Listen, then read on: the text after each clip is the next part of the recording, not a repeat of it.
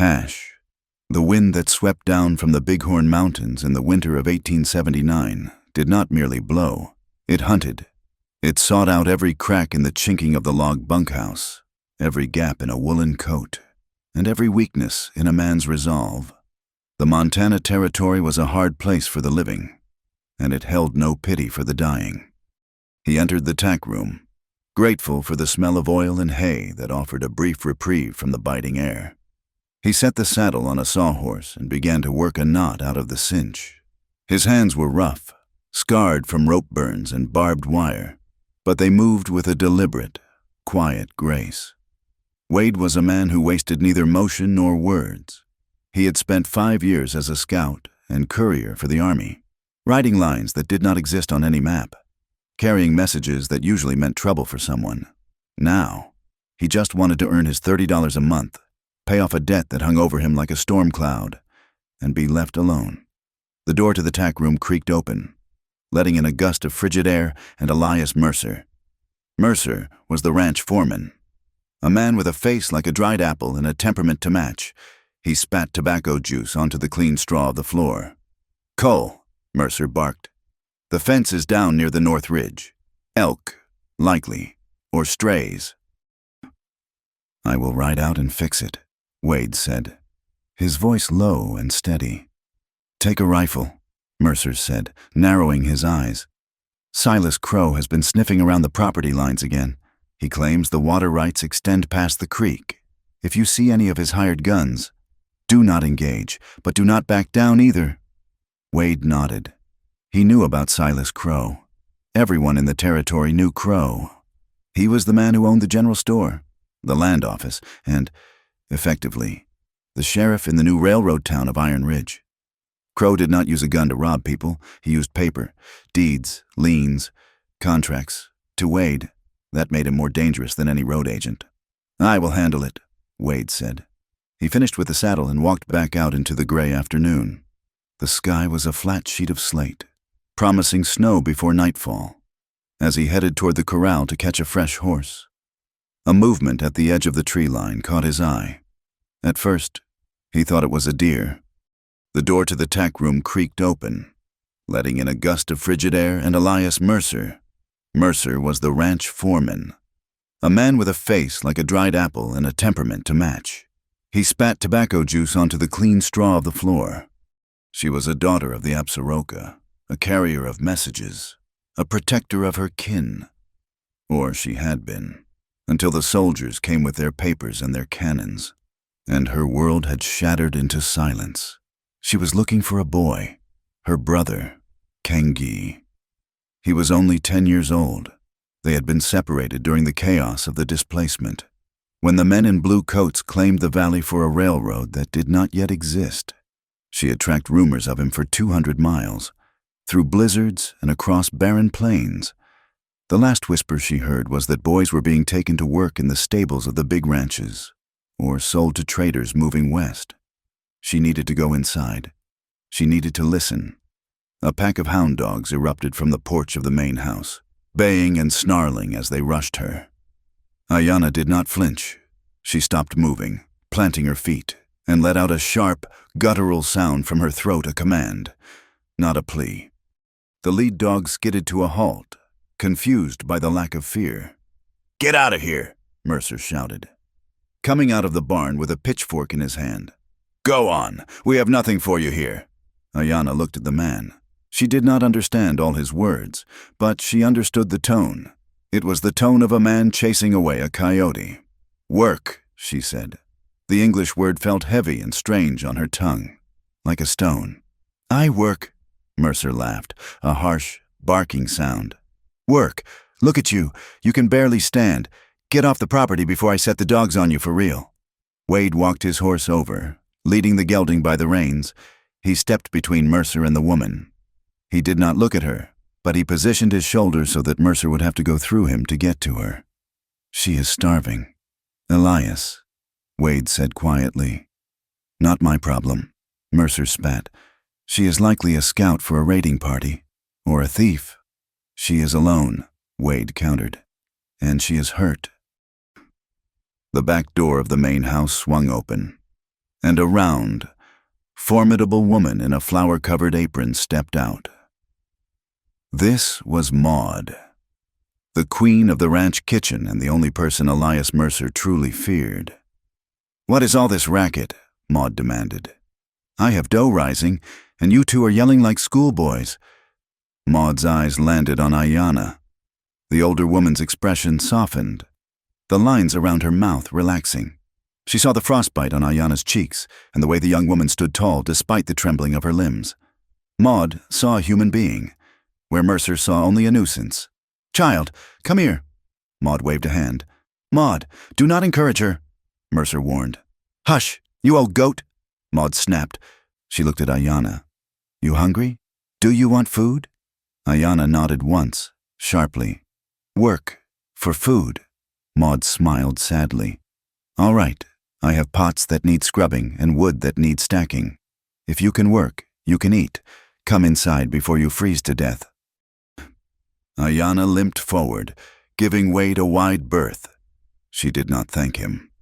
Her eyes met his for a fraction of a second, and Wade felt a jolt go through him. It was a look of pure, distilled defiance. She expected nothing from him, trusted him least of all.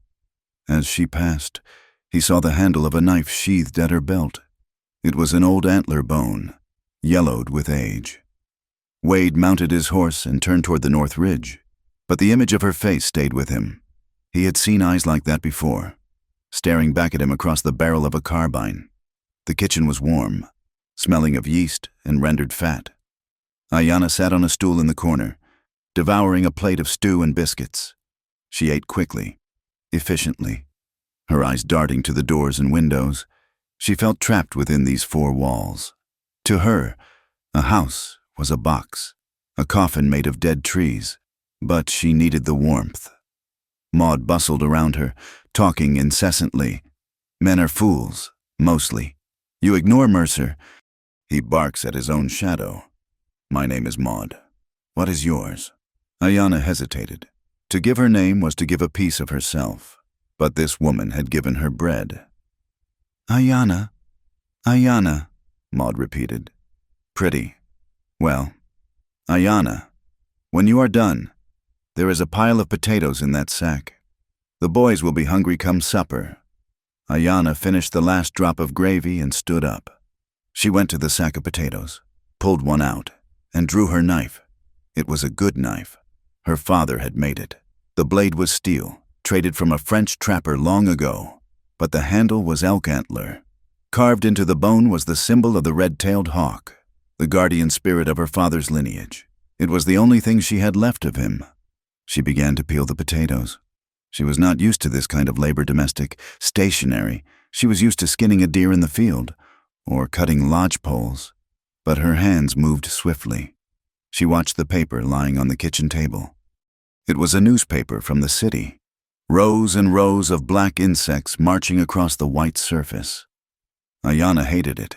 She had seen a piece of paper like that in the hands of the officer who burned her village. He had held it up as if it were a shield, claiming it gave him the right to be there. Treaty. He had called it order to Ayanna. It was magic, but evil magic. It could silence the truth. It could make a lie true just by being written down. If a man said, "This land is mine," it was just words. But if he wrote it on paper, the soldiers were killed for it. Paper had taken her home. Paper had taken her name, writing her down as Jane in the ration books before she ran away. And paper had taken Kangji. She knew they kept lists of the boys they took. If she could find the list, she could find him. But the black insects made no sense to her. They were a wall she could not climb. The door opened, and Wade Cole entered. He stomped the snow off his boots. The cold clung to him. He carried the scent of horses and tobacco. "Maud," Wade said, taking off his hat. "Mercer wants coffee out in the barn. One of the mares is foaling early." "That man wants coffee if the sun rises," Maud grumbled, pouring a tin pot full. Wade leaned against the door frame, waiting. His gaze drifted to the corner where Ayanna worked. She did not look up, but her hand tightened on the knife. Wade's eyes focused on the handle of the blade in her hand. The light from the stove caught the carving of the red-tailed hawk. The air left Wade's lungs. He was back there. 3 years ago. The Bighorn Valley. He had been scouting for Major Reno. They had been told it was a hostile encampment, warriors preparing for war. Wade had led them to the creek, but when the smoke cleared, there were few warriors, mostly women, children, old men. He remembered walking through the aftermath, the smell of burnt hide and blood sickening him. He remembered seeing a fallen man, a brave man who had died defending a tent. The man had a knife sheath on his belt, empty, but on the man's shield, painted in red ochre, was that same hawk, the symbol of a specific clan. Wade had turned in his uniform 2 days later. He had taken his pay, drunk it away in a week, and rode north until he hit Wyoming, trying to outrun the ghosts. Now, one of the ghosts was peeling potatoes in Maud's kitchen. He looked at Ayanna. She was watching him now, the knife held still in her hand. She saw him staring at the weapon. Her eyes narrowed. She saw recognition in his face. Wade looked away quickly. He took the coffee pot from Maud. His heart was hammering against his ribs like a trapped bird. He could not tell her. If she knew he had been there, that he had led the soldiers to that valley, she would try to kill him. And she would be right to do so. "Thank you, Maud," Wade said, his voice raspy. He turned and walked out into the snow, leaving the warmth behind. Later that evening, the wind died down, leaving a silence that lay heavy over the valley. Wade sat in the bunkhouse, mending a bridle, but his mind was in the main house. "You look like you swallowed a horseshoe. Cole," said Jenkins, a young cowboy with a face full of pimples and a penchant for playing the harmonica badly. "Just tired," Wade muttered. "What do you make of the squaw?" Jenkins asked, leaning back in his bunk. "Mercer says she is bad luck. Says we should run her off before Crow's men see her. You know Crow is looking for any excuse to say we are harboring hostiles, so he can file a complaint with the marshal." "She is just a girl," Wade said, snapping the thread with his teeth. "And Crow does not need an excuse. He needs the water rights. I heard Crow is bringing a doctor from the east." Another hand chimed in. "A surveyor, to prove the creek shifts course and belongs to his plot." "Oh, it is all paper games," Jenkins said. "Give me a gun any day. At least a bullet is honest." Wade flinched. At least a bullet is honest. He stood up.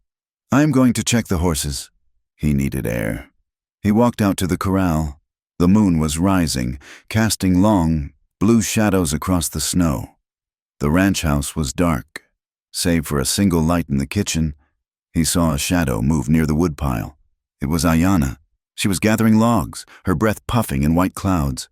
She struggled with a large piece of pine. Wade approached.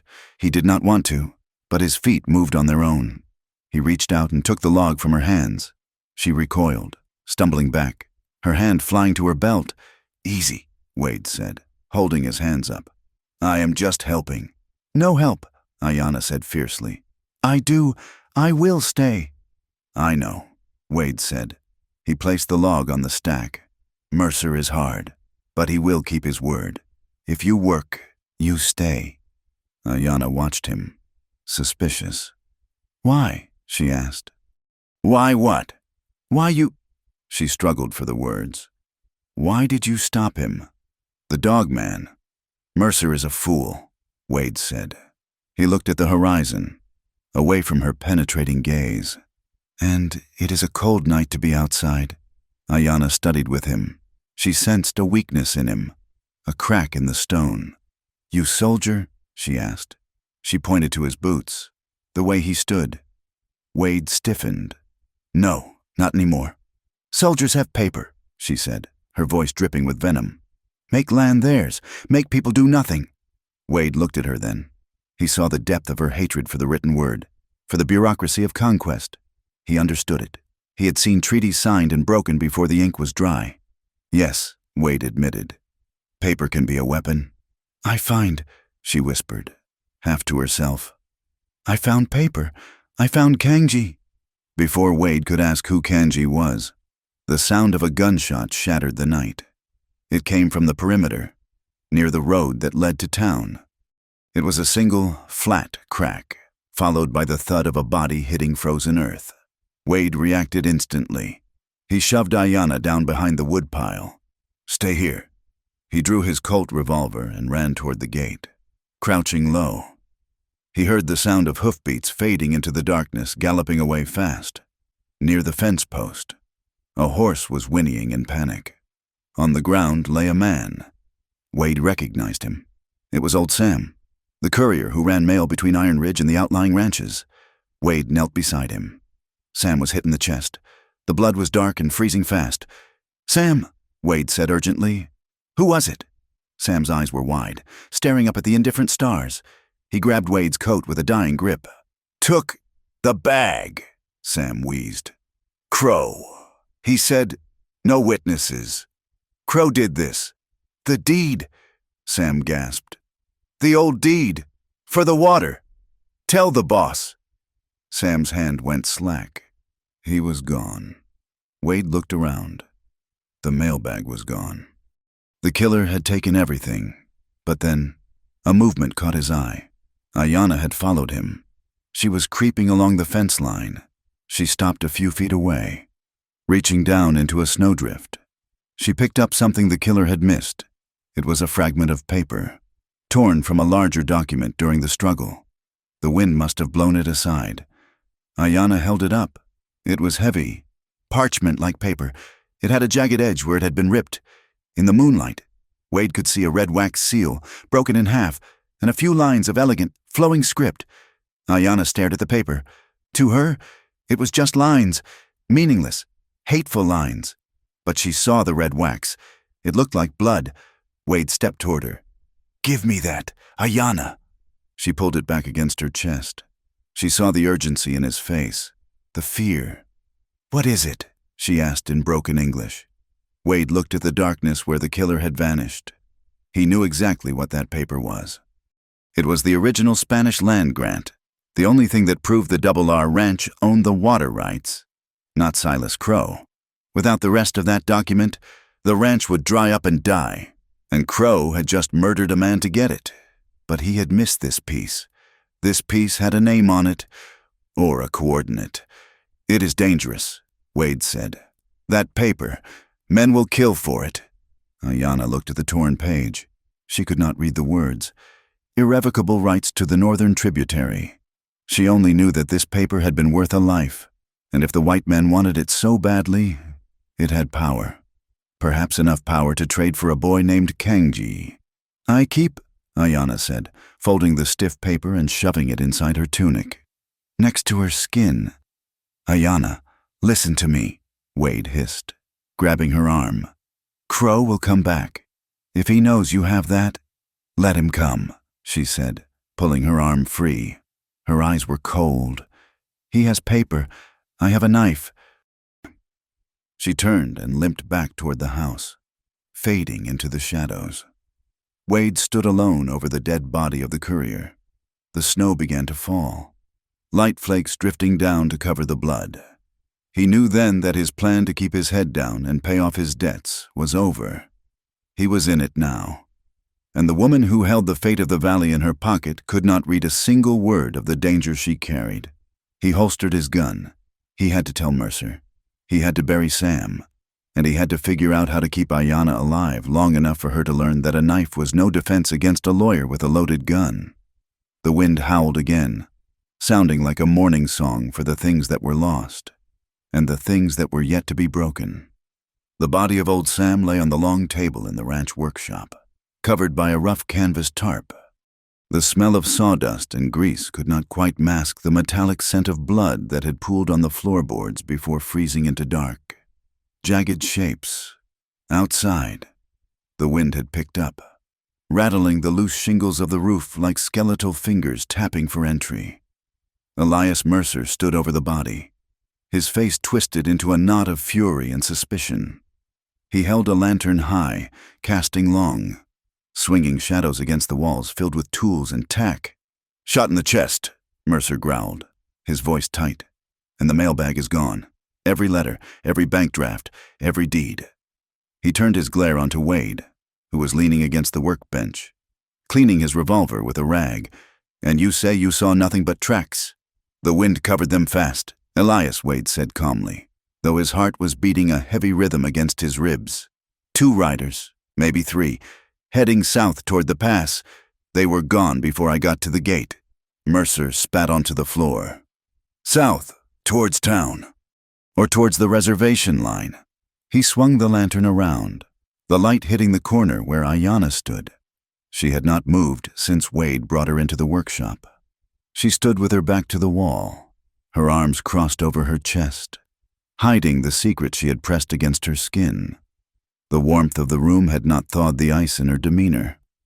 She watched Mercer with the eyes of a wolf cornered in a canyon still, unblinking and ready to snap. "And her—" Mercer jabbed a finger in Ayanna's direction. "She shows up at sundown, begging for food, and an hour later Sam is dead and the mail is gone. You expect me to believe that is a coincidence?" "Cole, she was with me," Wade lied smoothly. He did not look at Ayanna. "She was at the woodpile. I was watching her the whole time." "She is a scout," Mercer insisted, stepping closer to Ayanna. The girl did not flinch, but her hand drifted imperceptibly toward her waist, where her knife rested. "She signals them. They hit the rider. She takes her share later. That is how they work. She is a girl who is starving." "Elias," Maud's voice cut through the tension like a cleaver. The kitchen matron stepped into the workshop, a shawl wrapped around her heavy shoulders. She carried a bucket of hot water and a pile of clean rags. She moved past Mercer as if he were a piece of furniture and set the bucket down near the body. "We have a man to prepare for burial," Maud said firmly. "Not a court to hold. And you, Elias Mercer, are frightening the livestock with your shouting." "She goes," Mercer stated, his face reddening. "Tonight, I will not have a savage sleeping under my roof while honest men are being murdered at my gate. If she goes out there tonight, she dies," Wade said. He finally looked at Mercer, his gray eyes hard. "It is 10 degrees below zero and dropping. You send her out. You might as well put a bullet in her yourself." "Are you that kind of man?" "Elias—" Mercer hesitated. He was a hard man, a man who counted every penny and every head of cattle, but he did not consider himself a murderer. He looked at the girl, then at the storm raging outside the frosted window pane. "She stays in the barn," Mercer compromised, though the words tasted like bile to him. "But she earns her keep. Every hour. She cleans the stalls. She hauls the water. She plucks the chickens. If I see her loitering, if I see her stealing so much as a rusty nail, she is gone. And Cole—" Wade looked up. "You vouch for her." Mercer pointed a calloused finger at Wade's chest. "So, she is your problem. If anything else goes missing, I'm taking it out of your pay. And if she cuts our throats in our sleep, I hope you wake up long enough to regret it." Mercer stormed out, the heavy door slamming behind him. Maud sighed, dipping a rag into the hot water. She looked at Ayanna. "Well, child, you heard him. It is not a warm welcome, but it is a roof. Can you clean a stall?" Ayanna looked at the old woman, then at Wade. She nodded slowly. "I work." "Good," Maud said. "Now go. Wade will show you the loft. There are extra blankets in the grain bin." Wade holstered his gun. "Come on," he said to Ayanna. The barn was cavernous and smelled of sweet hay and horse manure. The horses shifted in their stalls, blowing soft breaths into the darkness. Wade lit a kerosene lamp and hung it on a nail near the ladder leading to the hayloft. He turned to Ayanna. Now that they were alone, the air between them crackled with the secret they shared. "Let me see it," Wade said, keeping his voice low. Ayanna stepped back, her hand flying to her chest. "No." "Ayanna," Wade said, his tone urgent but not aggressive. "Do you know what that paper is? Do you know why Sam died?" "Paper is bad medicine," she replied, her English broken and thick with an accent Wade had not heard in years. "White man killed for paper. I keep—" "It is a deed," Wade explained, struggling to simplify the concept. "It says who owns the water. The man who killed Sam. His name is Crow. He wants that paper so he can take this ranch. He wants to take the river. Ayana's brow furrowed. Man cannot own a river. The river belongs to the river. In this world, he can, Wade said bitterly. And if he finds out you have the missing piece, the piece that proves he is a liar, he will hunt you down. He will not just shout like Mercer. He will hang you. Ayana pulled the folded scrap from her tunic. She did not hand it to him, but she held it up to the lantern light. She stared at the black squiggles, the flowing script that danced across the page. To her, they looked like the tracks of insects, or the twist of a snake. "What does it say?" she asked.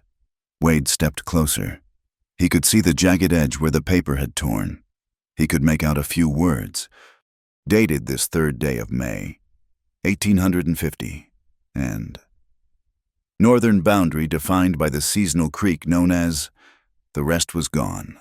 The most important part, the specific location and the signature of the original surveyor, was on that scrap.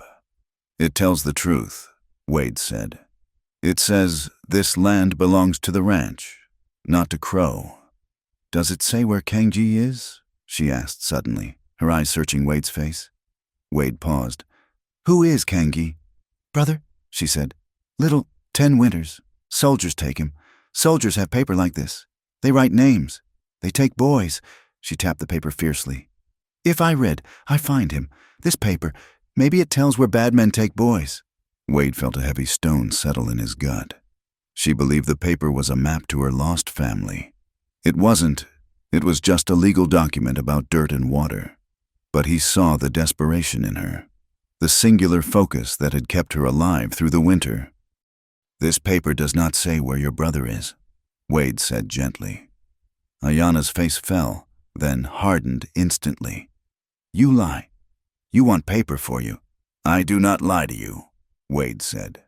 "But there are other papers, lists, records at the fort. If your brother was taken by the army, his name is written down somewhere." "Then I read those," she declared. "You cannot read," Wade pointed out. "You teach," she said. It was not a question. It was a demand. Wade laughed, a short, humorless sound. "I'm a cowboy. Ayana. I punch cattle and I fix fences. I am not a school teacher." "You know the marks," she insisted. She pointed to a brand burned into the wood of a stall door, the double R. "You know the words. You teach me." "It takes years to learn," Wade argued. "And we do not have years. Crow will be here by morning." "Then we start now," she said. She shoved the paper back into her shirt. "I keep paper. You teach, I learn, then I give paper." It was blackmail, pure and simple. But as Wade looked at her, at the fierce set of her jaw, the warrior's stance, and the terrifying vulnerability hidden deep in her dark eyes, he knew he was trapped. He owed a debt to her people, a debt written in blood 3 years ago. Maybe this was how he began to pay it. "Fine," Wade breathed, rubbing the back of his neck. "Fine, but not tonight. Tonight, you sleep, and hide that paper where no one can find it. Not even me." Ayana nodded. She climbed the ladder to the loft without another word, moving as silently as smoke. Wade blew out the lantern, plunging the barn into darkness. But the image of her determined face burned in his mind. The next morning broke with a sky the color of a bruised plum. The temperature had risen slightly, but the air was thick with the promise of more snow. Wade was out at the water trough, breaking the ice with a crowbar, when the sound of carriage wheels crunching on frozen gravel made him look up. A black buggy, polished to a shine that looked obscene amidst the dust and grime of the ranch, pulled through the main gate. Flanking it were 4 men on horseback. They wore long dusters and carried Winchester rifles resting casually across their saddles. Silas Crow stepped out of the buggy. He was a tall man, dressed in a suit that cost more than Wade would earn in 5 years. He wore a bowler hat and small, round spectacles that magnified his pale, watery eyes. He looked like a banker or an undertaker. Mercer came out onto the porch of the main house, a shotgun cradled in his arm. "Morning, Silas," Mercer called out. He did not invite the man down. "To what do we owe the pleasure you usually send your dogs before you come yourself?" Crow smiled, a thin stretching of lips that did not reach his eyes. "A tragedy." Elias. A terrible tragedy. My men found old Sam's horse wandering near the canyon. Saddle empty, blood on the leather. We found Sam, Mercer said coldly. He is in the workshop. I feared as much, Crow said, taking off his hat and pressing it to his chest. These are dangerous times. That is why I rode out, to warn you. Warn me of what? Renegades, Crow said, his voice carrying clearly across the yard. Wade stopped breaking the ice, his grip tightening on the crowbar. My scouts spotted a band of hostiles moving down from the reservation. Desperate types, thieves. They say they are looking for lost land, but we know what they are really looking for. Liquor and horses. Is that so? Mercer asked, his eyes flicking briefly toward the barn where Ayanna was working. Indeed, Crow continued. I have hired these men. He gestured to the gunmen behind him. To patrol the county. For everyone's safety, of course. We cannot have savages murdering our couriers. Crow walked closer to the porch, lowering his voice. But Wade drifted nearer to hear. Elias, Crow said smoothly. Sam was carrying some important documents for me. Business contracts. Nothing of value to a thief, but a nuisance to lose. Did you happen to find a mail bag with the body? No bag, Mercer said. Just the body. Crow's expression flickered. A moment of calculation. A pity. Well, if you see anything, or anyone suspicious, you send a word to me. I would hate for the Double R to suffer the same fate as poor Sam.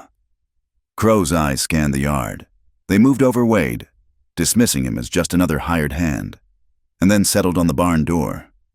Ayanna had stepped out. She was carrying a bucket of food. She froze when she saw the men. Crow adjusted his spectacles. I did not know you were hiring. Elias and such. Exotic help. She works for her keep, Mercer said defensively. She is no trouble. Of course, Crow said softly. But be careful. You know what they say. You let a fox into the henhouse. Do not be surprised when you wake up with no eggs. Crow climbed back into his buggy. My offer stands. Elias. If the burden of this land becomes too much, with the water drying up and the renegades about, I am always ready to buy. He snapped the reins, and the buggy turned around. The gunmen lingered for a moment, staring at Ayanna with predatory grins, before spurring their horses to follow. Wade watched them go. Crow was smart. He had planted the seed. Now, if Ayanna disappeared, or if she was found dead, everyone would blame the renegades. Crow had just given himself permission to hunt her down in broad daylight. That afternoon, the reality of the bargain settled in. Wade found Ayanna behind the smokehouse, plucking a goose. Her hands were red with cold and blood, feathers sticking to her sleeves. He knows, Wade said, leaning against the rough log wall. He does not know you have the paper yet, but he knows something is missing, and he knows you are here. Ayanna ripped a handful of feathers loose with a sharp, tearing sound. He has eyes like a snake. He has men with guns, Wade corrected. You need to be ready. I am ready, she said. No, you are not. You have a knife. They have rifles that can kill you from 300 yards. Wade looked around to ensure they were alone. He picked up a piece of charcoal from the ash pit of the smokehouse. He looked for a surface. The side of the smokehouse was made of pale, planed wood. Lesson 1, Wade said. Ayanna stopped plucking. She looked at the charcoal in his hand. Wade wrote a single letter on the wood, a vertical line, joined by 2 diagonal ones. K, what is this? She asked. This is the first sound of your brother's name, Wade said. K, for Kangi. Ayanna stared at the mark. She reached out a trembling finger and traced the charcoal line.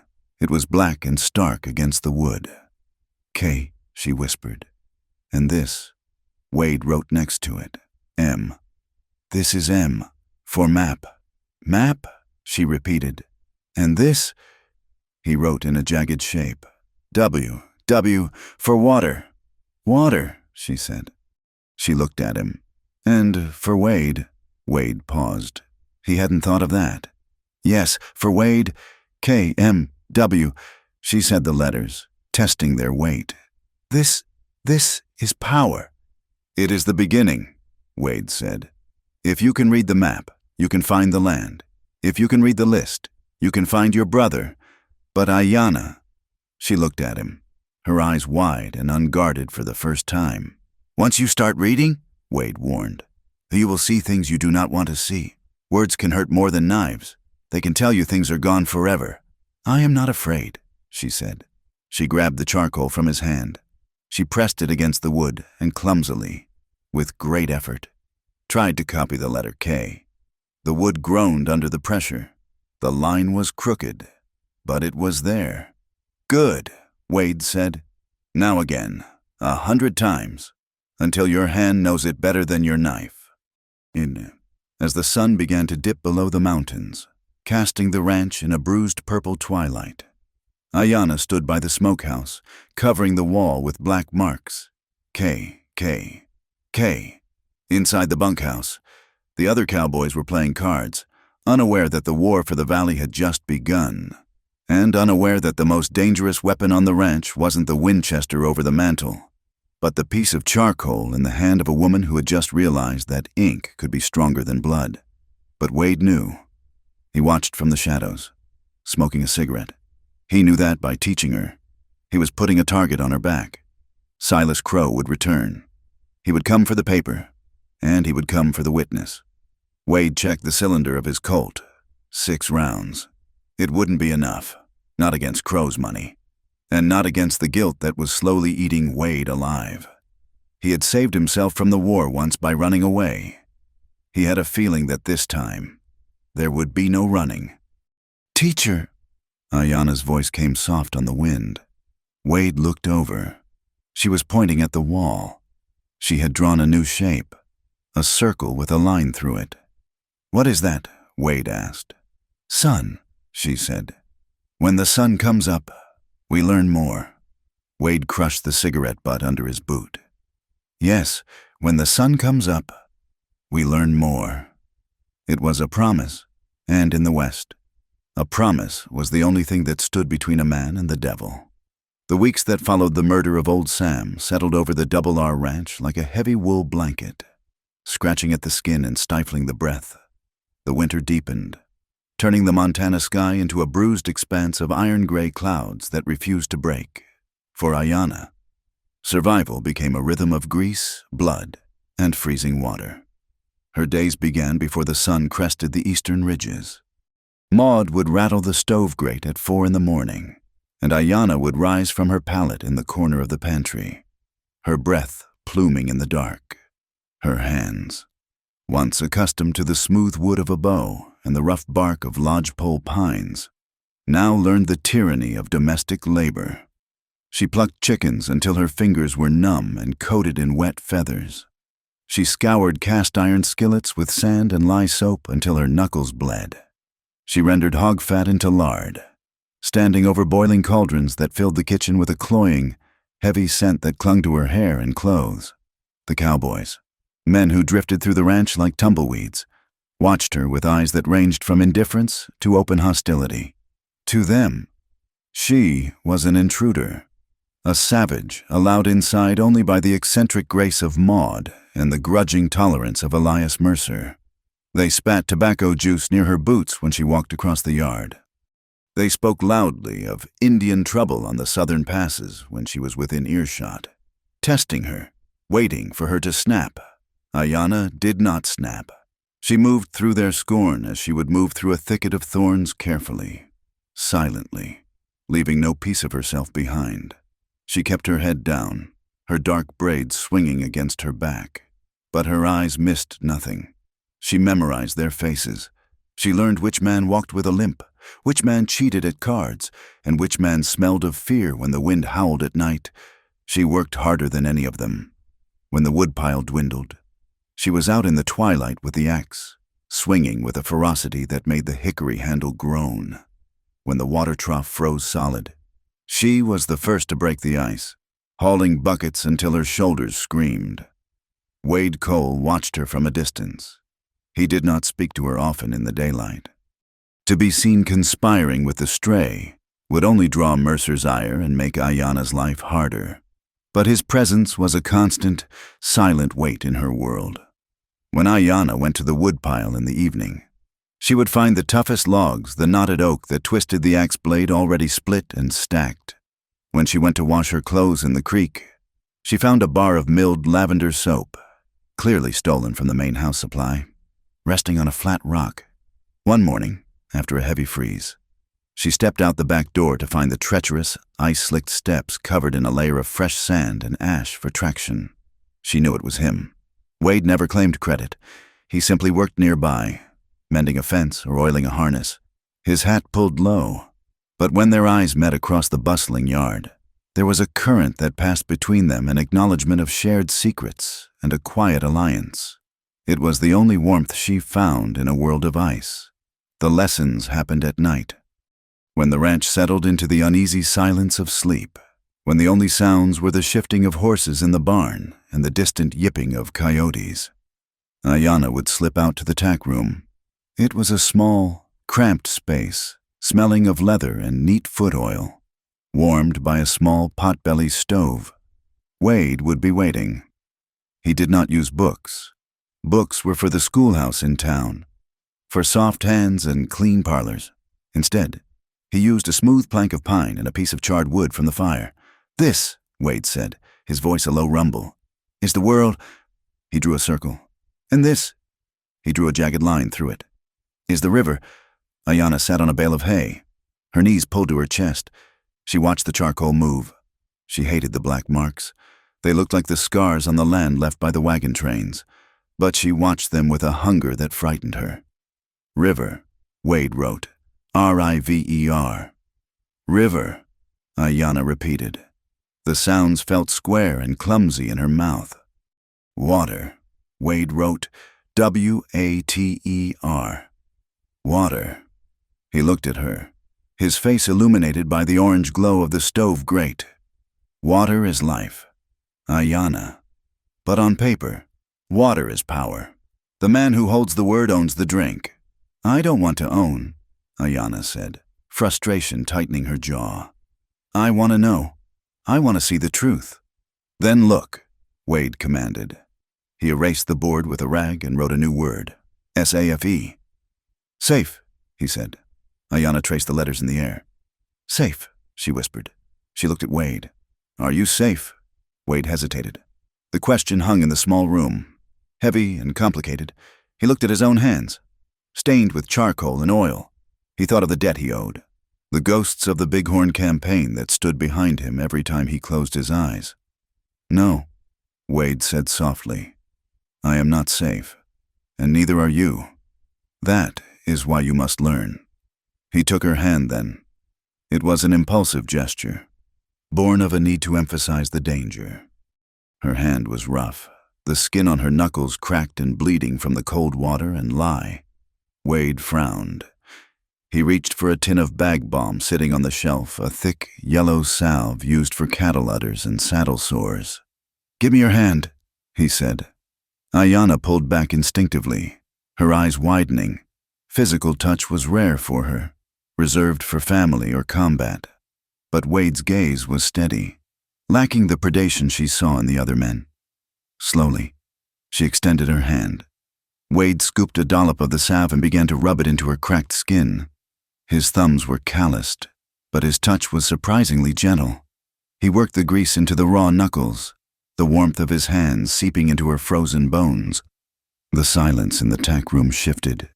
It became thick, charged with something that was not quite fear and not quite comfort. Ayanna watched his face as he concentrated on her hand. She saw the lines of fatigue around his eyes, the gray stubble on his jaw, the scar that ran through his left eyebrow. She felt a strange flutter in her chest, a terrifying softening of the armor she had worn for so long. "Your hands," she said, her voice barely a whisper. "Strong, like stone." Wade looked up. Their faces were inches apart. He could smell wood smoke and sage in her hair. He could see the gold flecks in her dark irises. For a moment, the teacher and the student vanished, leaving only a man and a woman alone in the vast, cold night. "Hands do it, they must," Wade said, his voice rasping. He released her hand slowly. the loss of contact leaving a cold spot on her skin. Start again. The word is map. He turned back to the board, his movements stiff. Ayanna rubbed the salve into her skin, her heart beating a rhythm she did not understand. But she turned her eyes back to the charcoal. She would learn. She would learn for the brother she lost. And perhaps she would learn for the man who was teaching her to see. The trouble began 3 days later, in the cookhouse.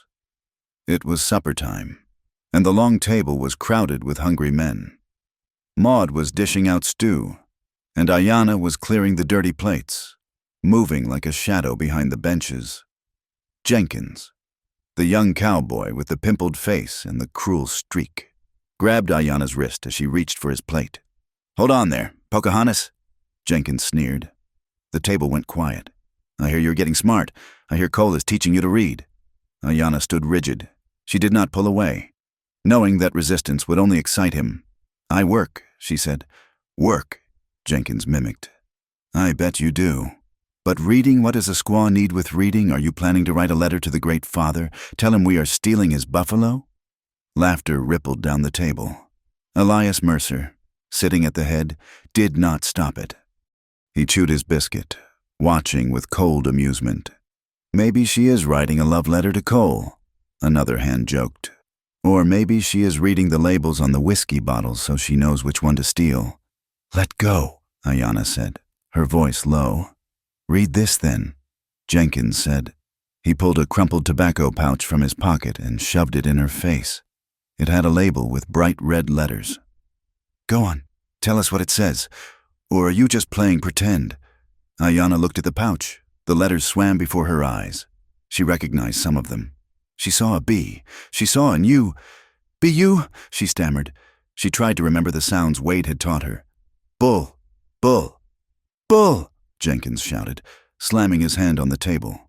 "She thinks it says bull, it says burly. You ignorant savage, best Virginia burly." The room erupted in laughter.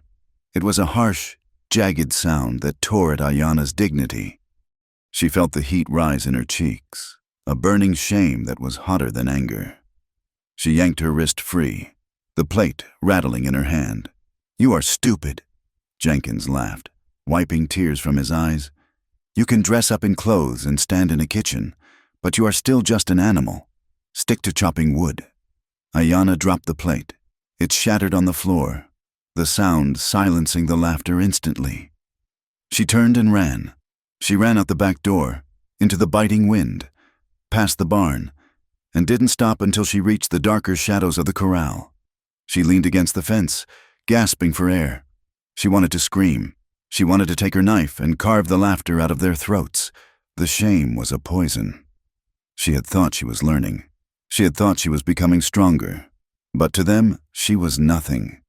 "You dropped your plate." Wade's voice came from the darkness. He was leaning against a fence post, smoking a cigarette. "Go away," Ayanna hissed. "I'm done. No more marks. No more paper." "So you quit?" Wade asked calmly. "Because a fool like Jenkins laughed at you." "They're right," she said, her voice breaking. "I did not read. I am not white. I never know." "You are right," Wade said. He walked over to her. "You are not white, and thank God for that. But if you stop now, Jenkins wins, Crow wins, and your brother stays lost." "I'll try," Ayanna cried, hitting the fence rail with her fist. "I try and I fail. I said the wrong word." "Good," Wade said. He grabbed her shoulder and spun her around to face him. His grip was hard. "You failed. Good. That means you are doing it. You mock me." "No," Wade said intensely. "Listen to me. You are a warrior. Ayanna, when you first learned to shoot a bow, did you hit the center every time?" Ayanna paused, her chest heaving. "No." "Did you miss it? Many times. And did you throw the bow away?" "No." "Why?" "Because," Ayanna took a breath, "because to hit, you must miss. You must learn wind. Learn wood." "Reading is the same," Wade said. "To hit the meaning, you must accept the mistake. You must accept the mistake." Jenkins laughs because he is scared. He is scared that if you learn his magic, He will have nothing left to stand on. Let him laugh. You keep missing. Keep missing until you do not. Ayanna looked at him. The moon was hidden behind clouds, but she could see the fierce conviction in his face. He was not pitying her. He was challenging her. I miss, she whispered. But I will not miss you forever. No, Wade said. Not forever. Later that night, the bunkhouse was quiet, but Wade could not sleep. He lay on his bunk, staring at the rough timber of the ceiling. The conversation with Ayanna had stirred the sediment of his own soul. He had told her to be brave. He had told her to fight. But he was a hypocrite. He closed his eyes and saw the village again. The memory was always the same. The smell of burning lodges, the screams. He had been a scout, young and eager to please the colonel. He had found the tracks. He had led them to the valley. He had thought it was a war party. When the firing started, he realized his mistake. He saw mothers running with babies. He saw old men falling in the snow. He had tried to shout, tried to stop the captain, but the noise of the Gatling guns drowned him out. He had seen a woman die that day. She looked like Ayanna. She had the same fierce set to her jaw, and she had fallen clutching a bundle that turned out to be empty blankets, a decoy to save her child, who was running into the trees. Wade turned over, the mattress ticking, scratching his face. He was teaching Ayanna to read so she could find her brother. But deep down, he knew he was doing it for himself. He was trying to save one life to pay for the 100 he had helped destroy. If Ayanna ever found out, if she ever knew that the man teaching her SAFE was the same man who had made her world unsafe, she would put that knife in his heart, and he would probably let her. The next morning brought a shift in the wind, and with it, visitors. A wagon rattled into the yard, followed by 3 riders. These were not cowboys. They wore the long dusters of hired guns, and their hats were pulled low. They rode horses branded with the distinct Circle C of Silas Crow. Wade was mending a harness on the porch of the workshop. He went still, his hand drifting toward the colt on his hip. One of the riders, a man with a scar running from his ear to his chin, dismounted. He walked into the general store attached to the ranch office, a small provision post Mercer kept for travelers. Ayanna was there, sweeping the boardwalk. The gunman stopped. He looked at Ayanna. He did not say a word, but his eyes traveled over her slowly, insolently. He looked at her boots, her patched skirt, the knife at her belt. You the stray? The man asked. His voice was like grinding gravel. Ayanna did not look up. She kept sweeping. I work. Crow heard about you, the man said. He stepped closer, invading her space. Heard Mercer took in a pet. You see anything strange around here? Girl, anything out of place. Only dust, Ayanna said, sweeping dust over the toe of his boot. The man chuckled, but there was no humor in it. He kicked the broom away. Watch your step. The snow is deep, easy to get lost, easy to disappear. He turned and walked into the store. Wade exhaled slowly. He had been ready to draw, but Ayanna handled it. She had missed the word, but she had not missed with her nerve. Later, old Pete, the ranch's oldest hand, sat by the stove in the bunkhouse, whittling a stick. He had seen the interaction. That was Jack Rance, old Pete said, spitting into the fire. Crow's headbreaker. What do they want? Wade asked. They are getting restless, Pete said. I was in town yesterday. At the saloon. Heard talk. What talk? The circuit judge, Pete said. Judge Hiram Miller. He is riding up from Cheyenne. Due here in 4 days. Wade went rigid. 4 days? Yep, Pete nodded. He is coming to settle the land disputes, finalize the deeds. Once Miller strikes his gavel, whatever papers are on the desk become law. If Crow puts his fake survey on that desk, and Mercer does not have the original grant, well, the double R is finished, and Crow gets the water. Wade looked out the window toward the kitchen where Ayanna was working. 4 days. The timeline had just collapsed. Ayanna had the missing piece of the grant, the only evidence that could stop Crow, but she couldn't read it. And if Crow knew the judge was coming, he would be desperate to ensure no competing claims appeared. He would come for the paper. And this time, he wouldn't just send a warning. Wade grabbed his coat. He needed to find Ayanna. The lessons had to go faster. She didn't need to learn to read poetry. She needed to learn to read a map. And she needed to do it before Judge Miller banged his gavel and turned their world into a graveyard. The water bucket was heavy, the oak stave slick with ice where the water had slopped over the rim. Ayanna walked the path from the creek back to the ranch house, her boots crunching through the crust of snow. The sun was setting, casting long, bruised shadows across the valley. The air was still, too still. She heard the snap of a twig. It was not the wind. It was the weight of a boot. Ayanna did not freeze. She dropped the bucket. The water splashed out, freezing almost instantly on the ground. In the same motion, her hand went to the antler-handled knife at her waist. Two men stepped out from behind the stand of cottonwood trees. She recognized them. They were the riders who had come with Crow, the ones who had looked at her like a wolf looking at a crippled calf. "You are far from the house, girl," the first man said. He wore a greasy duster and had a gap between his front teeth. "Crow wants to know what you took from the mailbag."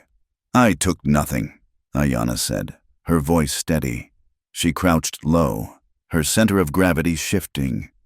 "We think you are lying," the second man said. He stepped forward, a coil of rope in his hand. "We are going to take you back to town.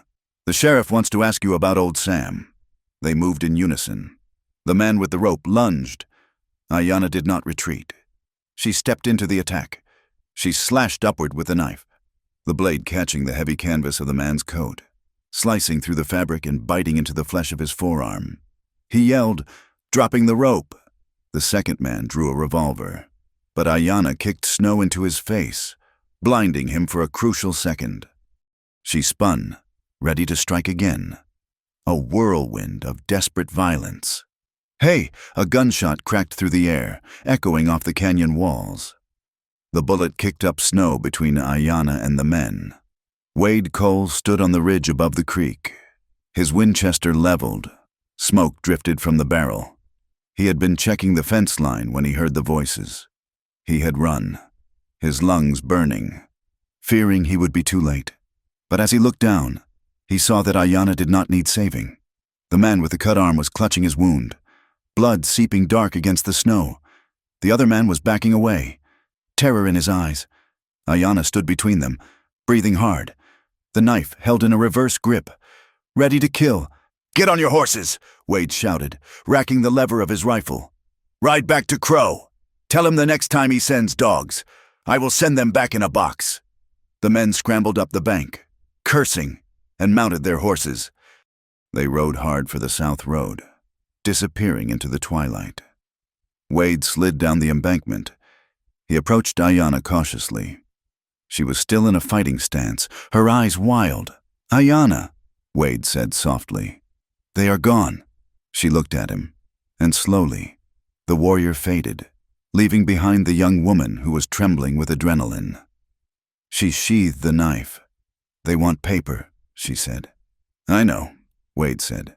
He looked at the blood on the snow. "Come, we have to talk. The time for secrets is done." They went to the tack room, the only place where they could speak without Mercer hearing. Wade lit the stove, the firelight dancing on the walls hung with bridles and bits. "Why?" Wade asked. "Why is this paper worth dying for? It is land. Dirt. You can find other land." Ayanna shook her head. She pulled the torn document from her tunic. It was warm from her body. "Not land," she said. Her English was improving, sharpened by the nightly lessons. "Crow has Kangi." "Your brother?" "Yes, Kangi is 10. He has marks on his face, 3 moles." She touched her own cheek. "Crow takes boys.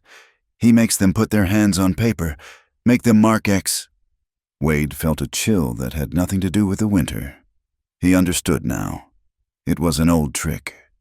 Crow needed a legitimate claim to the land to satisfy the federal surveyors. If he could not get the deed from the ranch, he would manufacture a treaty. He would find a native boy, claim he was the chief of a lost tribe, and force him to sign a cession treaty, handing over the water rights in exchange for protection.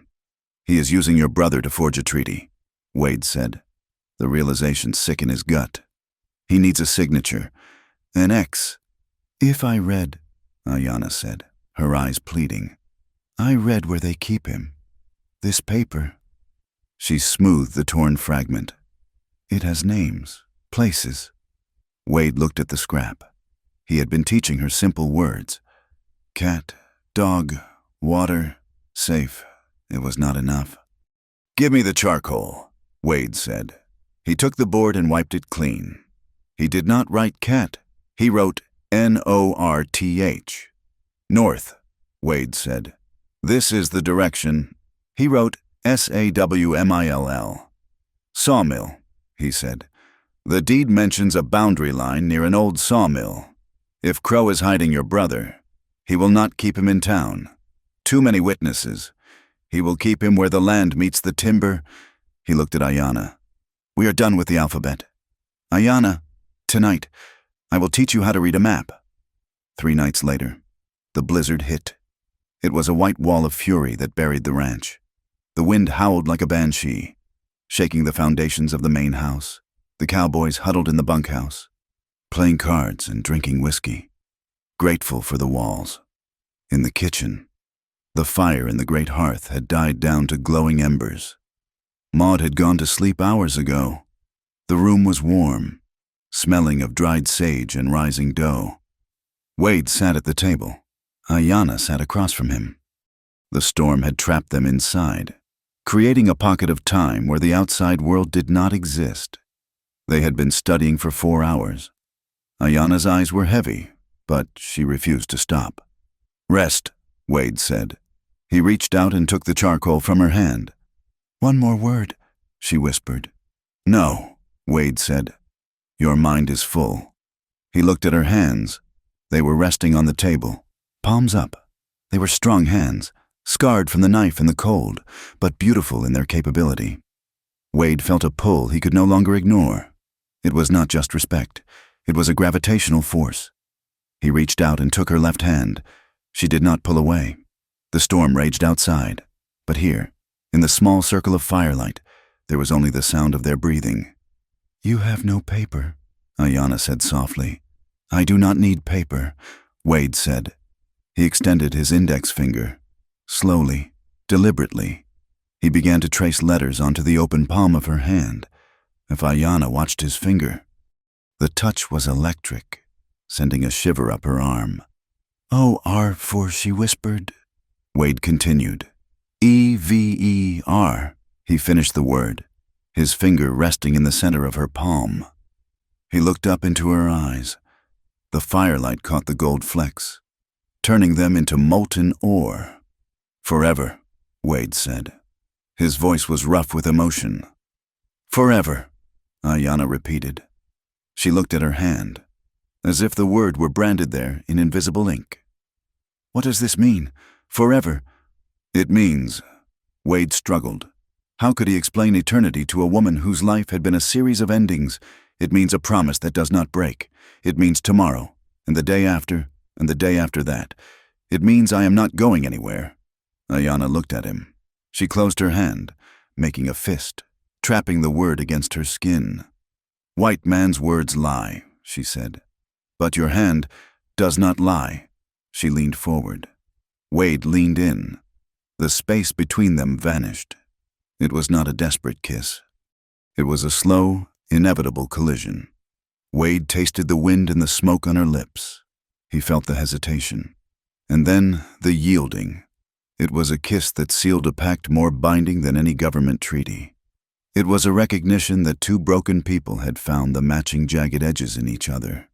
When they pulled apart, breathless, the silence was loud. Forever, Ayanna whispered again, testing the weight of the pledge.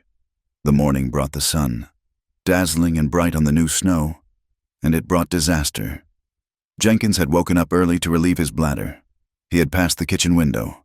He had seen the shadows.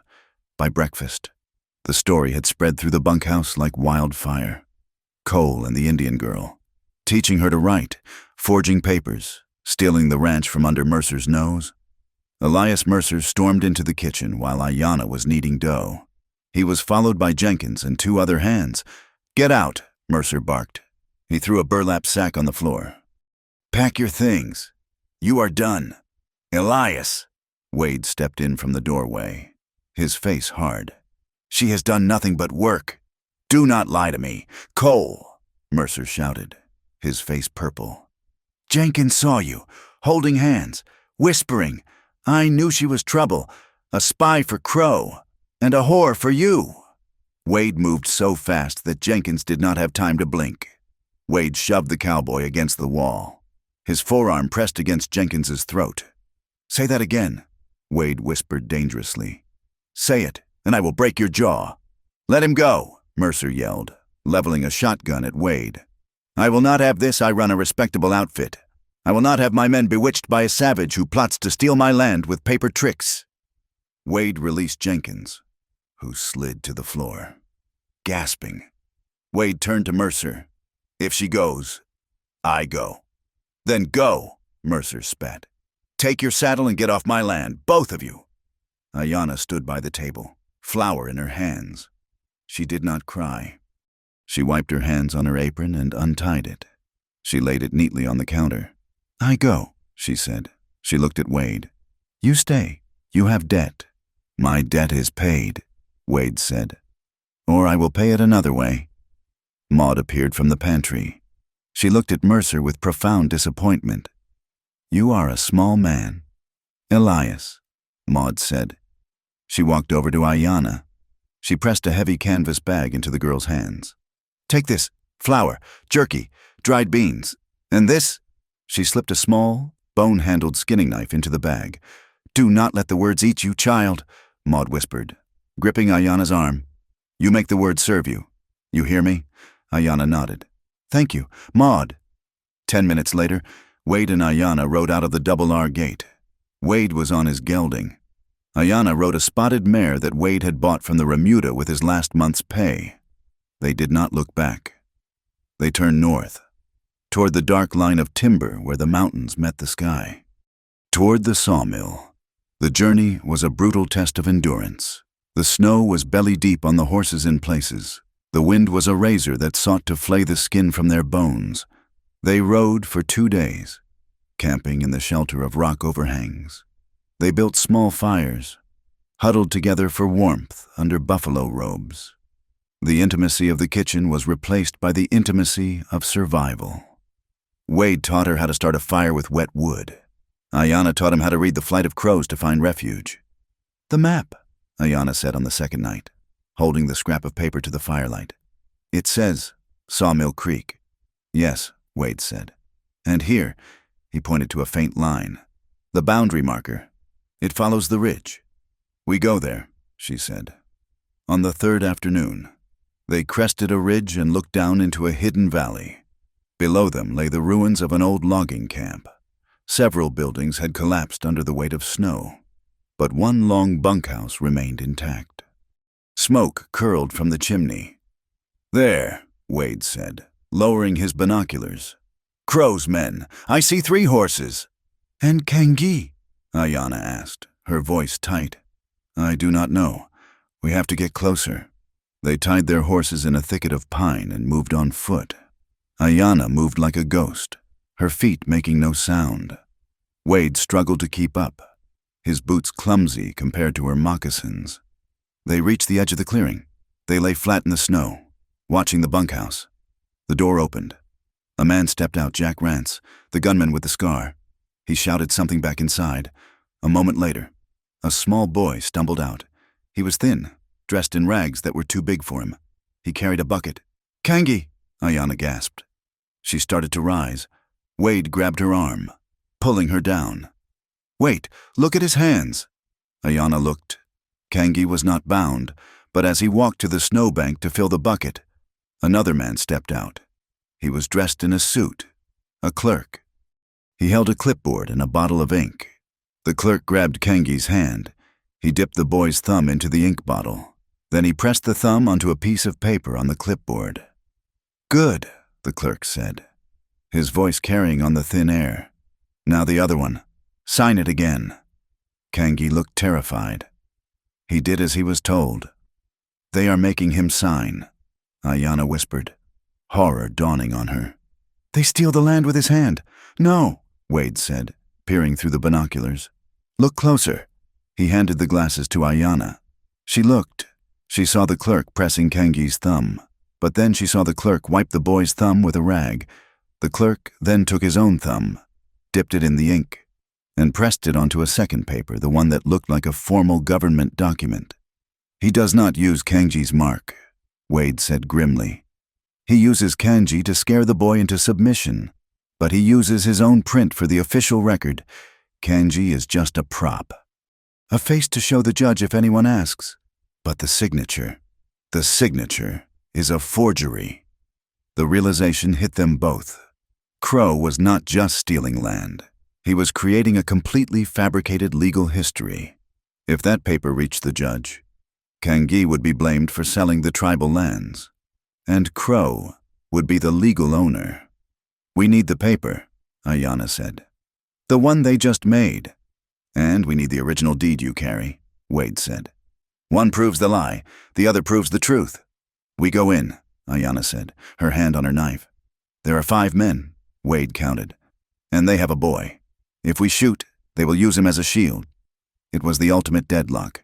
To save the land, they needed the papers. To save the papers, they had to fight.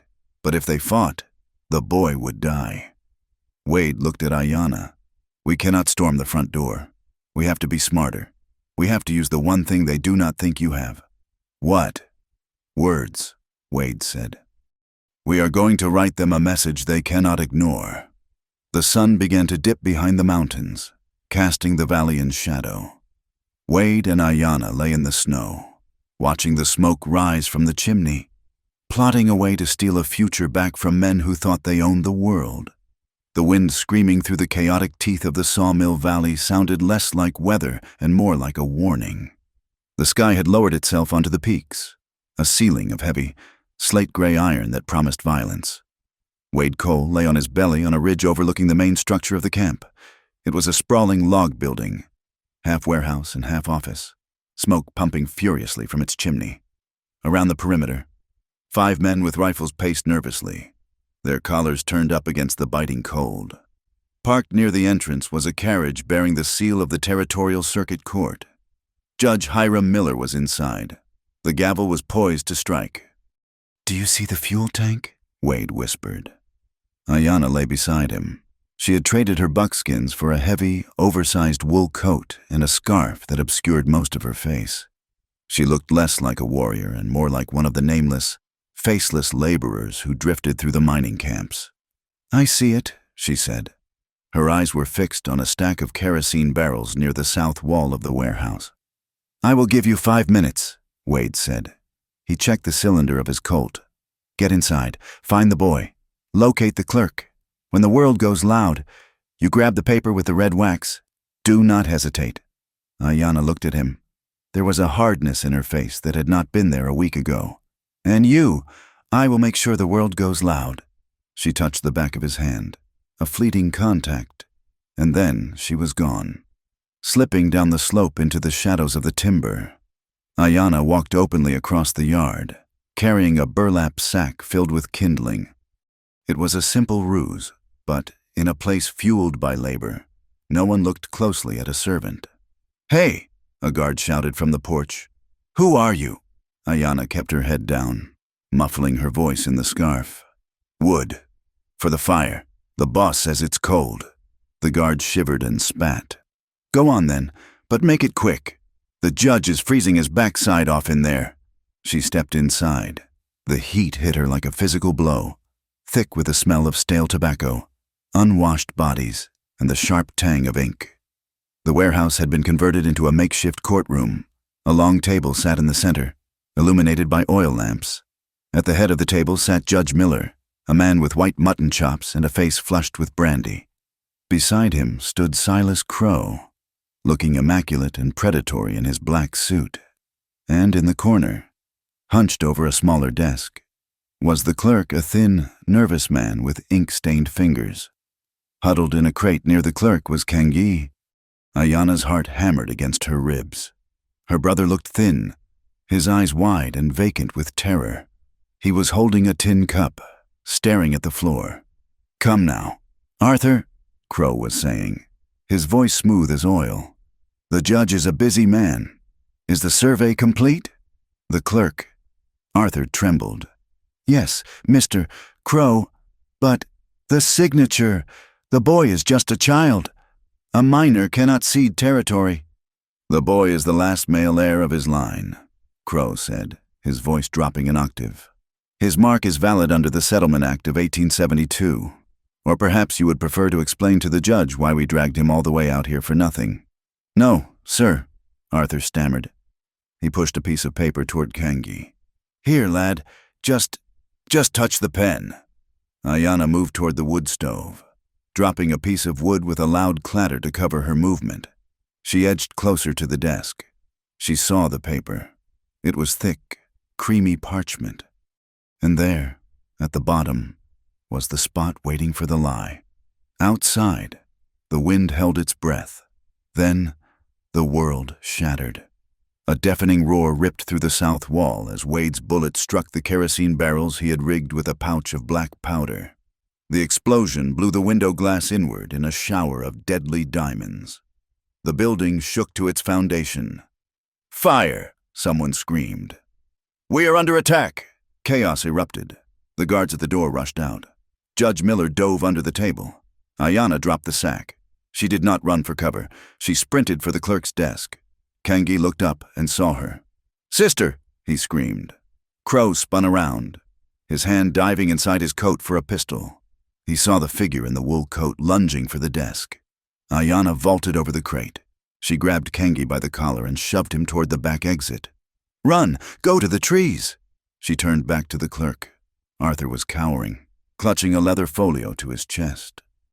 "Give it to me," Ayana commanded, drawing her bone-handled knife. Arthur shrieked and threw the folio at her. It burst open, scattering papers across the floor.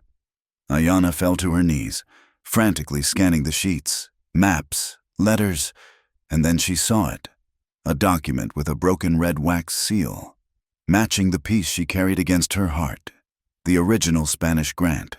She grabbed it. "You!" Silas Crow stood over her, a Derringer pistol leveled at her head. His glasses were crooked, his eyes cold and recognizable. "The kitchen girl." Crow sneered. "I knew Mercer was soft." He cocked the hammer. Ayana braced herself for the bullet. The front door exploded inward. Wade Cole burst through the smoke, a Winchester in one hand and a Colt in the other. He fired a shot that took the hat off a gunman rising from behind the stove. "Crow!" Wade roared. "Drop it!" Crow flinched, turning his aim slightly toward Wade. He squinted through the mist of smoke and dust. A look of genuine surprise crossed his face, followed by a dark, twisted smile. "Well, well," Crow said, his voice carrying over the crackle of the flames licking at the wall. "Sergeant Cole, or is it Scout Cole? I have not seen you since the Bighorn Valley." Ayana froze. She looked at Wade. He stood amidst the wreckage, his face pale and grim. "You know him?" Judge Miller squeaked from under the table. "Know him?" Crow laughed. "Judge, this man is a hero. He is the one who led the cavalry to the Black Kettle encampment 3 years ago. He is the best tracker in the territory. He found the natives when no one else could. He cleared the way for civilization." The words hit Ayana harder than any bullet. She looked at Wade, the man who had taught her SAFE, the man who had written FOREVER on her hand. "You," she whispered. The betrayal was a physical pain, tearing through her chest. You led them to the fires." Wade did not deny it. He did not look at Crow. He looked straight at Ayana, his eyes filled with a wretched, ancient sorrow. "Ayana," Wade said, his voice breaking. "Get the paper." "You killed them!" Ayana screamed. Her hand tightened on her knife. The rage that had fueled her survival for 3 years surged up, hot and blinding. She wanted to throw the knife. She wanted to bury it in his chest. He was not her teacher. He was the enemy. He was the reason Kangi was an orphan. "Kill him, girl," Crow taunted, sensing the fracture. "He is one of us. He always was." Wade lowered his gun slightly. "Do it if you must. Ayanna, but get the boy out first." The boy. A cry from the corner pierced the red mist of Ayanna's anger. Kengi had not run.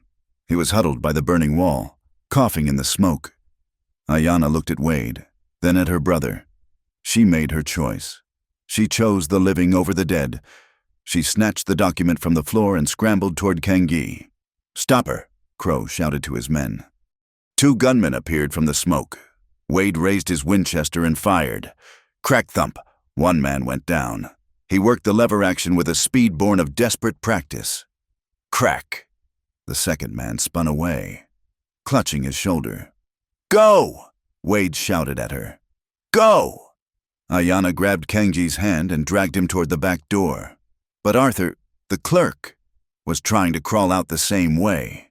"Take him!" Wade yelled. "Reloading. We need the witness." Ayanna grabbed the scruff of the clerk's coat. "Move!" Crow emerged from behind the table, firing wildly. A bullet tore through the sleeve of Ayanna's coat, grazing her arm. She cried out but kept moving. Wade turned to cover them. He had a clear shot at Crow.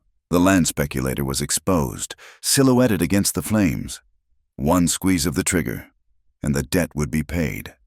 The villain would be dead. Wade aligned the sights, but out of the corner of his eye, he saw the judge. The old man had stumbled up, blinded by smoke, wandering directly into the line of fire of one of Crow's remaining guards. And beyond the judge, near the door, a heavy beam was groaning, ready to fall right where Kengi was hesitating. Wade had a split second. Kill the enemy or save the innocent. He did not think. He swung the rifle barrel away from Crow and fired at the support post of the falling beam. The wood shattered, deflecting the beam just inches from Kengi's head. The recoil threw Wade off balance. Silas Crow took his time. He leveled his pistol and fired. The bullet struck Wade in the side, just above the hip. Wade grunted, the impact spinning him around. He fell hard to the floorboards. His gun skittered away. "No!" Ayanna screamed. She stopped at the door. Wade looked up, clutching his side. Blood was already dark between his fingers. "Run!" he gasped. "Read the river! Ayanna! Read the river!" Crow advanced on Wade, kicking him in the ribs. Wade groaned, curling up. Crow aimed the gun at Wade's head. A touching end. "Sergeant." Crow said, "But business is business." Ayanna looked at the paper in her hand. She looked at the clerk, Arthur, who was shaking beside her, and she looked at Crow, who was about to execute the man she loved and hated in equal measure. She needed a weapon. She had the paper. She looked at the text. It was a blur of legalese, but Wade had taught her to look for the anchors. North Sawmill, and there, in the center of the page, a line she had not noticed before. To the investor, the Union Pacific Holdings. "Crow!" Ayanna's voice rang out, clear and sharp as a bell above the roar of the fire. Crow hesitated, looking toward the door. Ayanna held up the document. She did not look like a savage. She stood tall, illuminated by the firelight. "You do not own this," she shouted in English. She looked at the paper, her eyes scanning the words Wade had taught her to decode. You sold to Union Pacific. You sell what you don't have." Crow went pale. "Shut your mouth!" "Judge!" Ayanna yelled, pointing a trembling finger at the text. "He sold. Before he signed fraud, he sells the same land twice." Judge Miller, coughing in the smoke, looked up.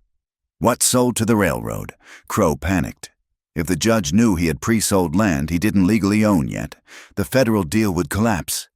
He would be ruined. "Killer!" Crow shrieked at his men. But the distraction was enough. Wade, utilizing the last reserves of his strength, kicked Crow's legs out from under him. Crow fell, his gun discharging into the ceiling. Wade scrambled backward, grabbing a loose piece of burning timber. He hurled it at the pile of ammunition crates near the desk. "Out!" Wade roared. Ayanna grabbed Kengi and the clerk. Arthur, she kicked the back door open and they tumbled out into the snow. Wade dragged himself after them. He hit the cold air just as the ammunition inside the warehouse began to cook off. Pop, pop, pop, boom! The shock wave knocked them all flat. The roof of the warehouse collapsed inward, burying the office, the desk, and the fake treaties in a tomb of fire. Ayanna lay in the snow, her ears ringing. She pushed herself up. "Kengi, I am here," the boy sobbed, clinging to her leg. "The paper." She checked her pocket. It was there, the original deed. She looked around frantically. Wade. He was lying a few yards away, a dark stain spreading across the snow beneath him. He was not moving. Ayanna crawled over to him. She turned him over. His face was gray, his breathing shallow and wet. The bullet had hit deep. She looked at his face. The face of the man who had led soldiers to her village. The face of the man who had taught her to write her name. "Wade," she said, pressing her hands over the wound to staunch the flow. His eyes fluttered open. He looked at her, and he tried to smile, but it was a grimace of pain. "Did you?" he wheezed. "Did you read it?" "I read it," Ayanna said, tears freezing on her cheeks. "I read the lie." "Good," Wade whispered. "You hit the mark. Why don't you tell me?" she demanded, her voice fierce with grief. "Why?" "Because," Wade's voice faded, "I wanted to be the man you wrote about, not the man. I was—" He coughed, and blood flecked his lips. "Leave me. Crow's men. We'll come." "No," Ayanna said. She looked at the clerk, Arthur, who was sitting in the snow, staring at the burning building in shock. "You," Ayanna commanded Arthur. "Help me. He is dying," Arthur stammered. "We have to run." Ayanna drew her knife. She placed the tip against Arthur's throat. "You help me lift him," Ayanna said, her voice darker than the storm. "Or you stay here with the fire." Arthur nodded frantically. Together, they hauled Wade up. He groaned, barely conscious. They draped his arms over their shoulders. Kengi took the lead, his small feet breaking the trail. They moved toward the tree line, a ragged procession of the wounded and the guilty, leaving the burning sawmill behind them. The snow began to fall again, heavy and merciful, covering their tracks. Ayanna did not look back at the fire. She looked forward, into the white void. She had the paper. She had her brother. She had the witness. And she had the heavy, bleeding weight of the man she loved, whose life now depended on the very hands he had taught to hold a pen. The climax was over, but the long, cold night had just begun. The snow was their only mercy. It fell in heavy, wet sheets, filling the tracks of their retreat as quickly as they made them. The mountains of the Sawmill Valley were not merely a backdrop. They were a fortress of ice and stone, indifferent to the suffering of the four figures struggling through the drifts. They found the cabin 3 miles north of the burning warehouse. It was an old trapper's line shack, half buried in a drift against a granite overhang. The roof sagged under the weight of winter. The door hung on a single leather hinge, but it was a shelter. Ayanna kicked the door open. The interior smelled of rat droppings and ancient wood smoke. She did not hesitate.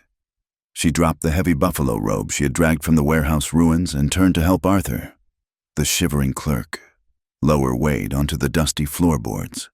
Wade groaned, a sound that bubbled up through the blood in his chest. His face was the color of old ash. The bullet from Silas Crow's pistol had taken him in the lower ribs, tearing through muscle and grazing bone. He was burning up, the fever setting in with terrifying speed. "Wood," Ayanna commanded. She turned to Kengi. Her brother, small and terrified, stared at the man bleeding on the floor.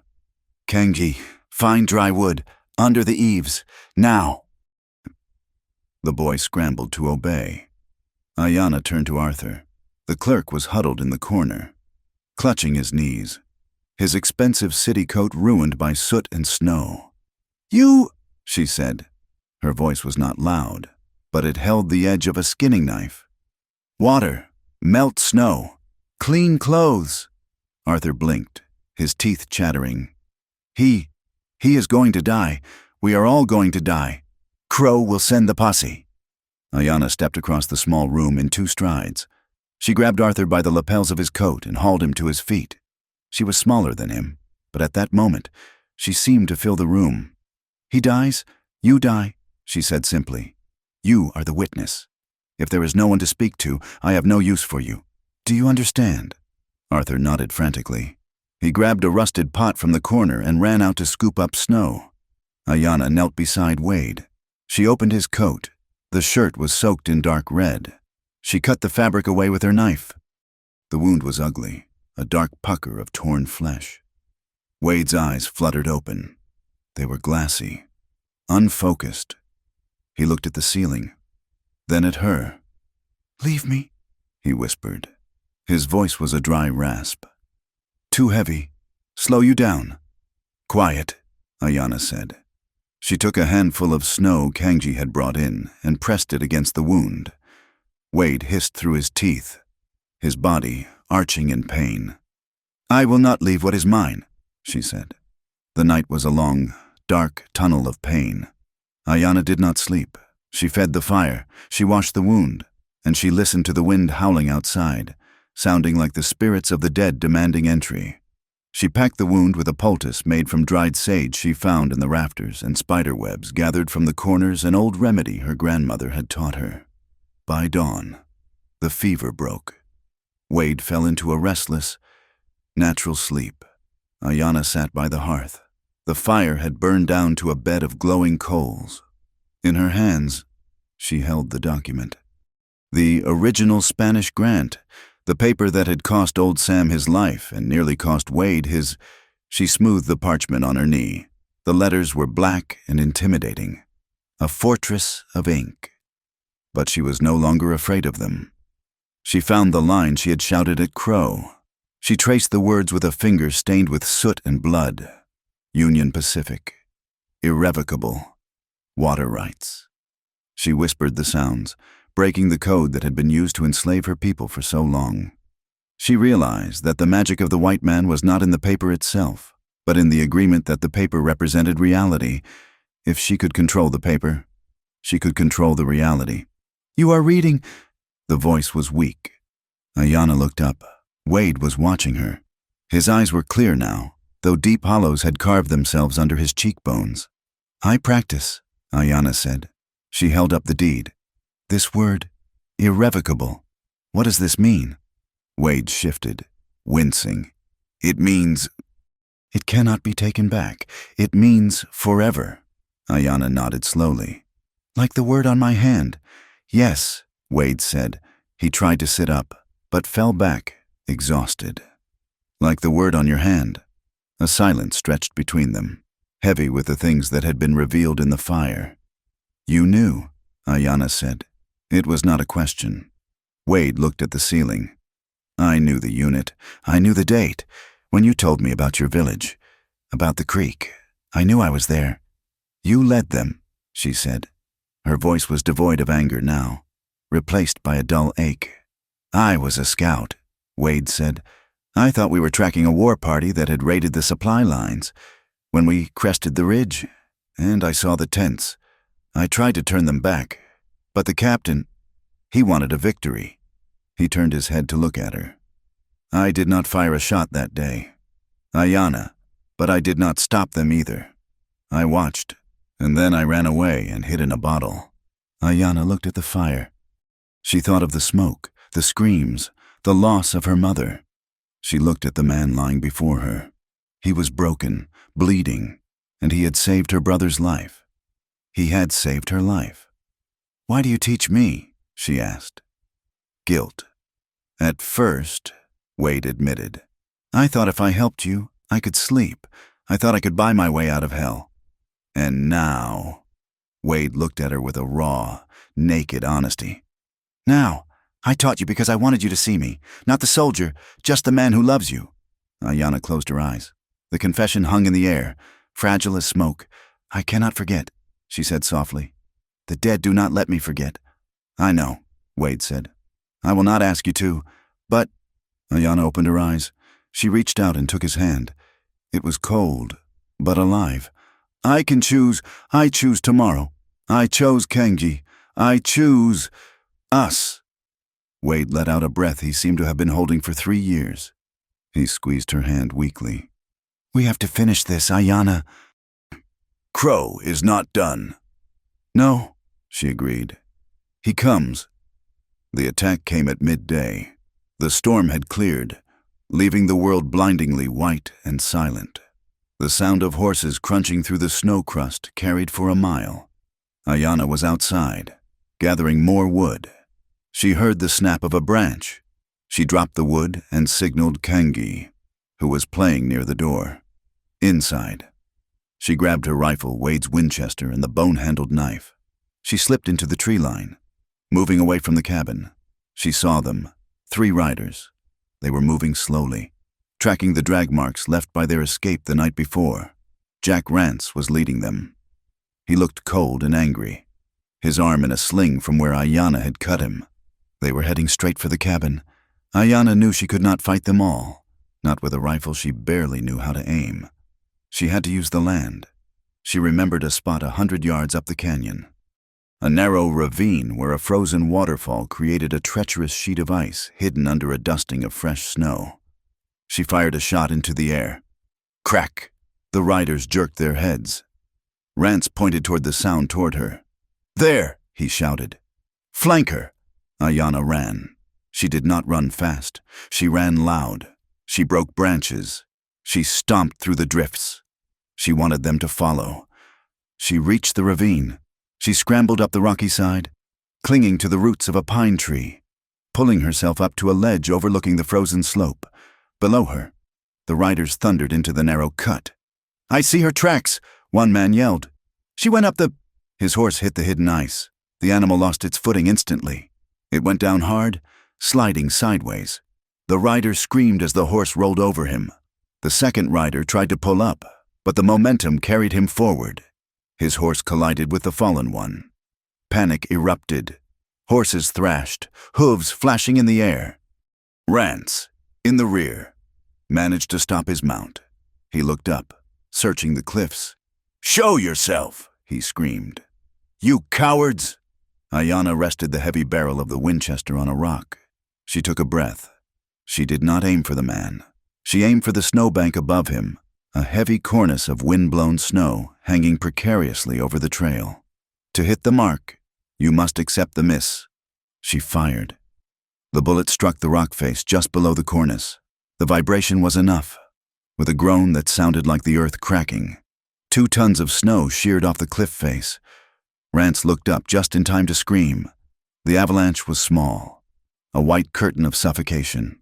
It buried Rance and his horse instantly. The other 2 men, tangled and bruised, scrambled backward, dragging themselves out of the ravine, terrified by the sudden wrath of the mountain. They did not look back. They limped away into the timber, leaving their horses and their leader buried in the white silence. Ayanna lowered the rifle. Her hands were shaking.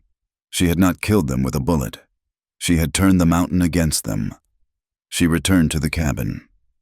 Arthur was cowering under the table. Wade had pulled himself up to a sitting position, his Colt in his hand, facing the door. "It is done," Ayanna said, leaning the rifle against the wall. "They are gone." Wade looked at her. He saw the snow in her hair, the hardness in her eyes. She was not the girl who had peeled potatoes in the kitchen. She was a force of nature. "Rance?" Wade asked. "The mountain took him," she said. That evening, the atmosphere in the cabin shifted. They were safe for the moment, but time was running out. "The hearing," Arthur said, his voice trembling less now. "Judge Miller set the hearing for noon tomorrow, at the saloon in Iron Ridge. It is the only building big enough now that the warehouse is gone." "If we are not there," Wade said, grimacing as he adjusted his bandage. "Crow wins. He will claim the deed was lost in the fire. He will produce his forgery." "We go," Ayanna said. "I cannot ride," Wade said. "Not fast enough." "We take the sled," Ayanna said. She pointed to a crude travois hanging on the wall of the cabin. "We pull you." "And Arthur." Wade looked at the clerk. Arthur looked at the 2 of them. He had seen Ayanna bring down an avalanche. He had seen Wade choose to save a child over killing his enemy. He realized that Silas Crow, for all his money, was a small man. I will testify, Arthur said. He straightened his ruined tie. I wrote the forgery. I have a ledger. Crow made me do it.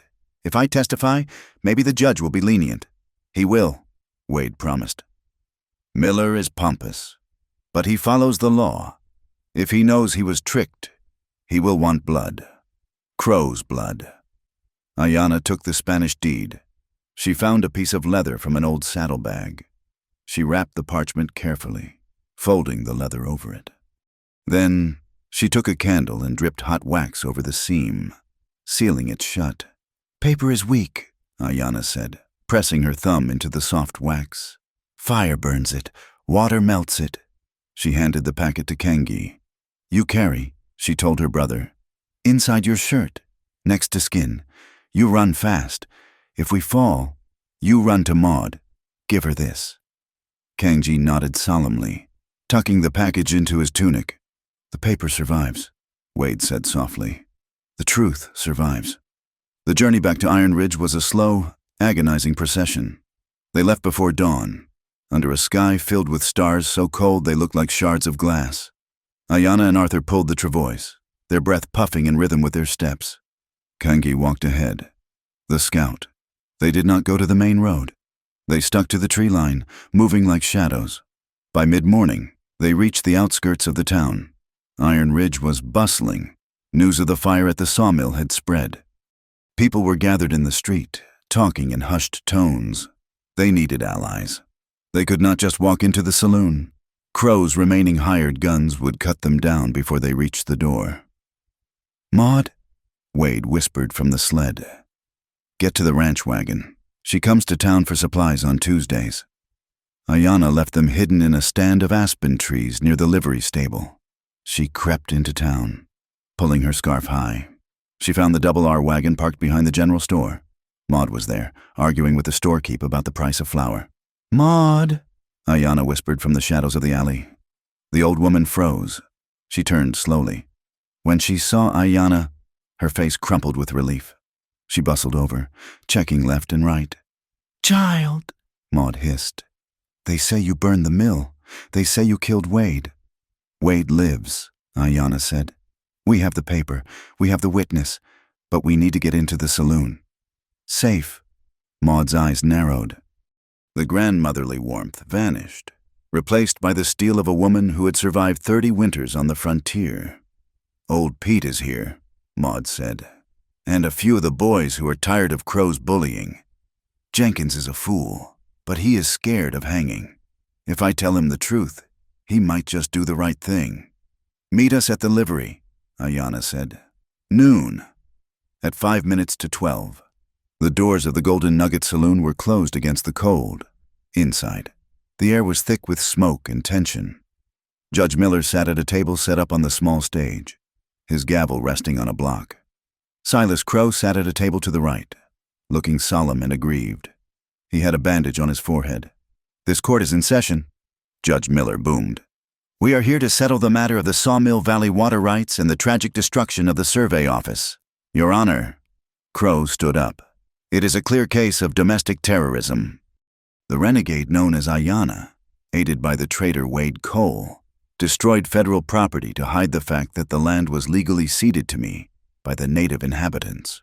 He produced a document. It was charred at the edges, a nice touch. He thought, this is the surviving copy of the treaty.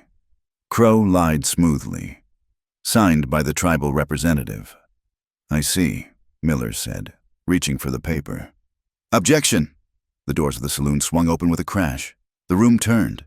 Standing there was not just Ayanna. It was a phalanx. Old Pete walked in first, holding a double-barreled shotgun. Behind him came Maud, looking furious.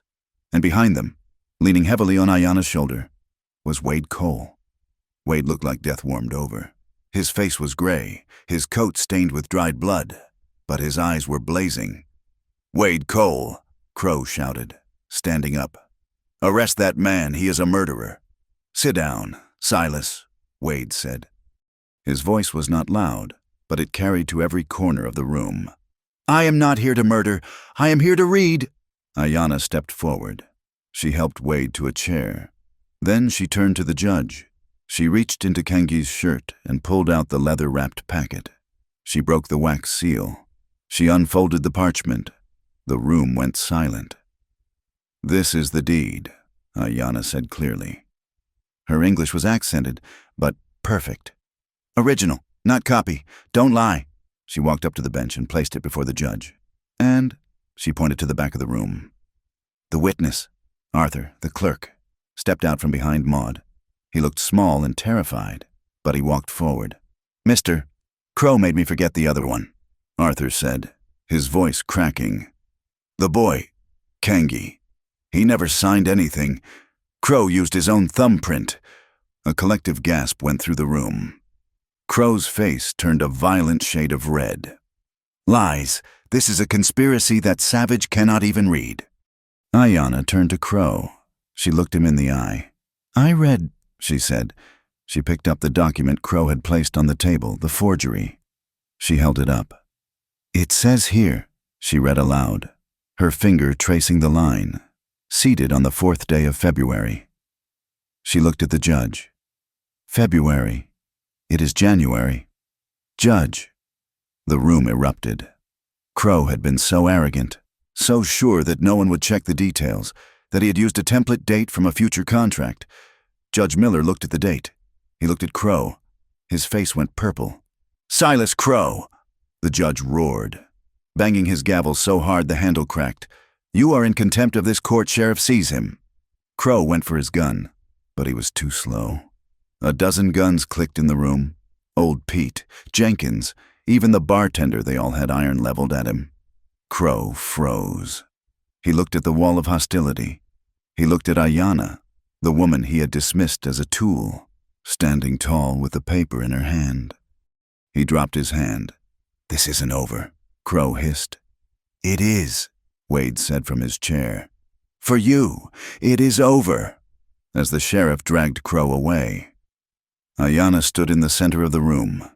She felt a hand on her shoulder. It was Wade. He had stood up, despite the pain. "You did it," he whispered. "No," Ayanna said. She looked at the paper on the judge's desk. "We did it." She looked out the window. The sun was shining on the snow. The world was bright and cold and full of hard edges. But for the first time in 3 years, the word future did not feel like a threat. It felt like a promise she could finally read.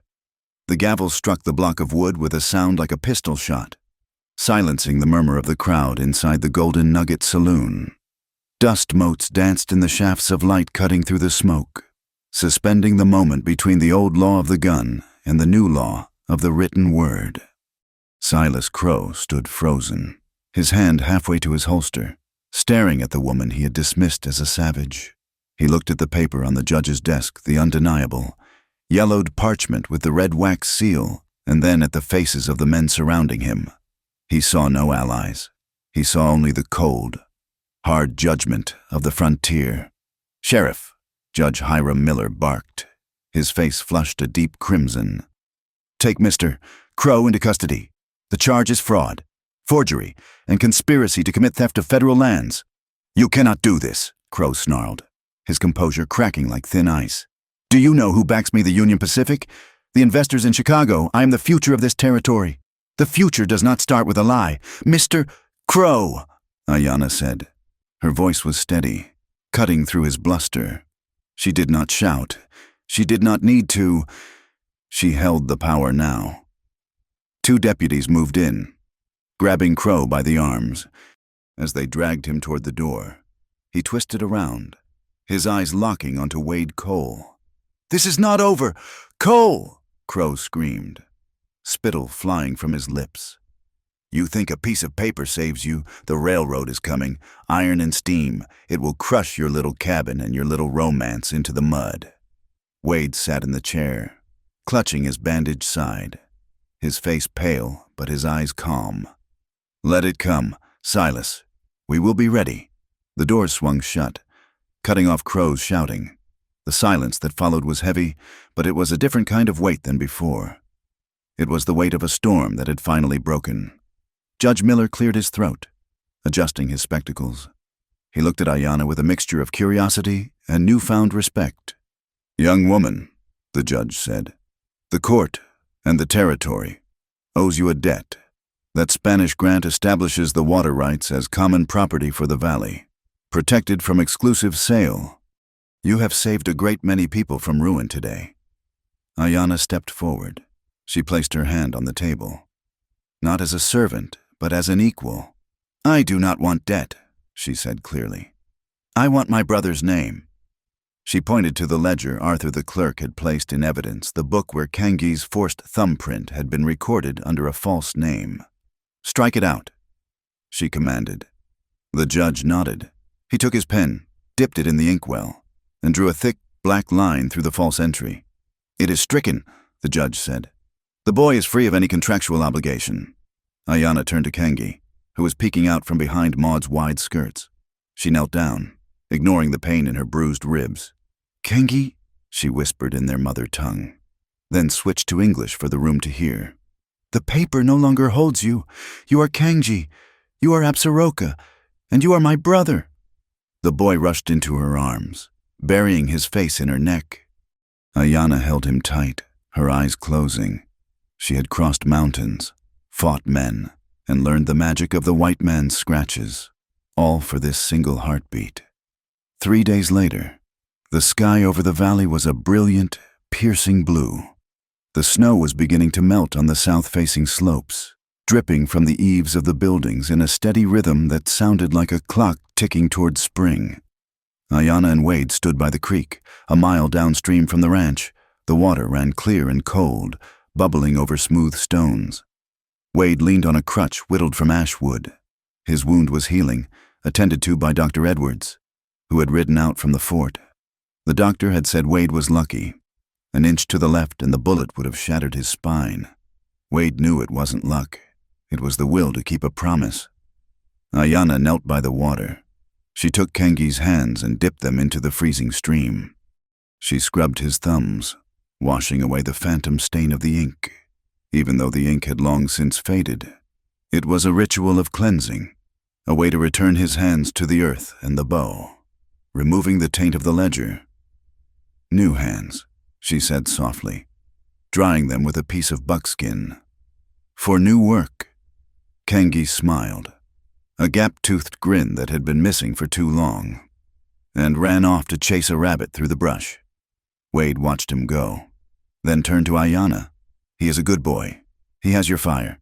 "He has my hope," Ayanna corrected. She stood up, brushing the snow from her knees. She looked at Wade. "And you, the debt is paid. Crow is in a cell in Cheyenne. You are free to go." Wade looked at the horizon, where the mountains jagged against the sky. "I told you, Ayanna, I am not going anywhere." "People talk," she said, her pragmatism returning. "They say a white man and a red woman. It is troublesome. Mercer will not hire you back. The town will stare." "Let them stare," Wade said. "I am done with Mercer, and I am done with punching cattle for $30 a month." He reached into his pocket and pulled out a folded piece of paper. It was not a deed or a contract. It was a rough sketch, drawn with charcoal on the back of a bill of lading. "I have been thinking," Wade said, unfolding it, "about the pass, the trail that runs past the old sawmill. With the water right secured, that road will open up again. Travelers, freighters, people moving west." Ayanna looked at the sketch. It showed a building, not a fortress, but a long, low structure with a wide porch and a corral. "A house?" she asked. "A roadhouse?" Wade explained. "A place to trade horses, a place to get a hot meal and a clean bed, a place where we do not ask a man where he is from, only if his coin is good and his manners are steady." He looked at her, searching her face. A neutral ground. Ayanna, halfway between the town and the reservation. A place where your people can trade without being cheated, and where travelers can learn that the frontier isn't just about bullets. Ayanna studied drawing. She saw the logic in it, but more than that, she saw the heart. He was not asking her to live in his world, and he was not trying to live in hers. He was proposing they build a third world, one they own together. You cannot cook, Ayanna said flatly. Wade laughed, a genuine sound that startled a crow from a nearby pine. No, but I can build, and I can shoot, and I can handle the horses. I cook, Ayanna negotiated, and I handle the money. You are too soft with strays. Agreed. Wade smiled. Spring came with a rush of wildflowers, purple lupine and yellow arnica exploding across the meadows. The construction of the Two Hawks Roadhouse began as soon as the ground thawed. It was not done alone. Help came from unexpected quarters.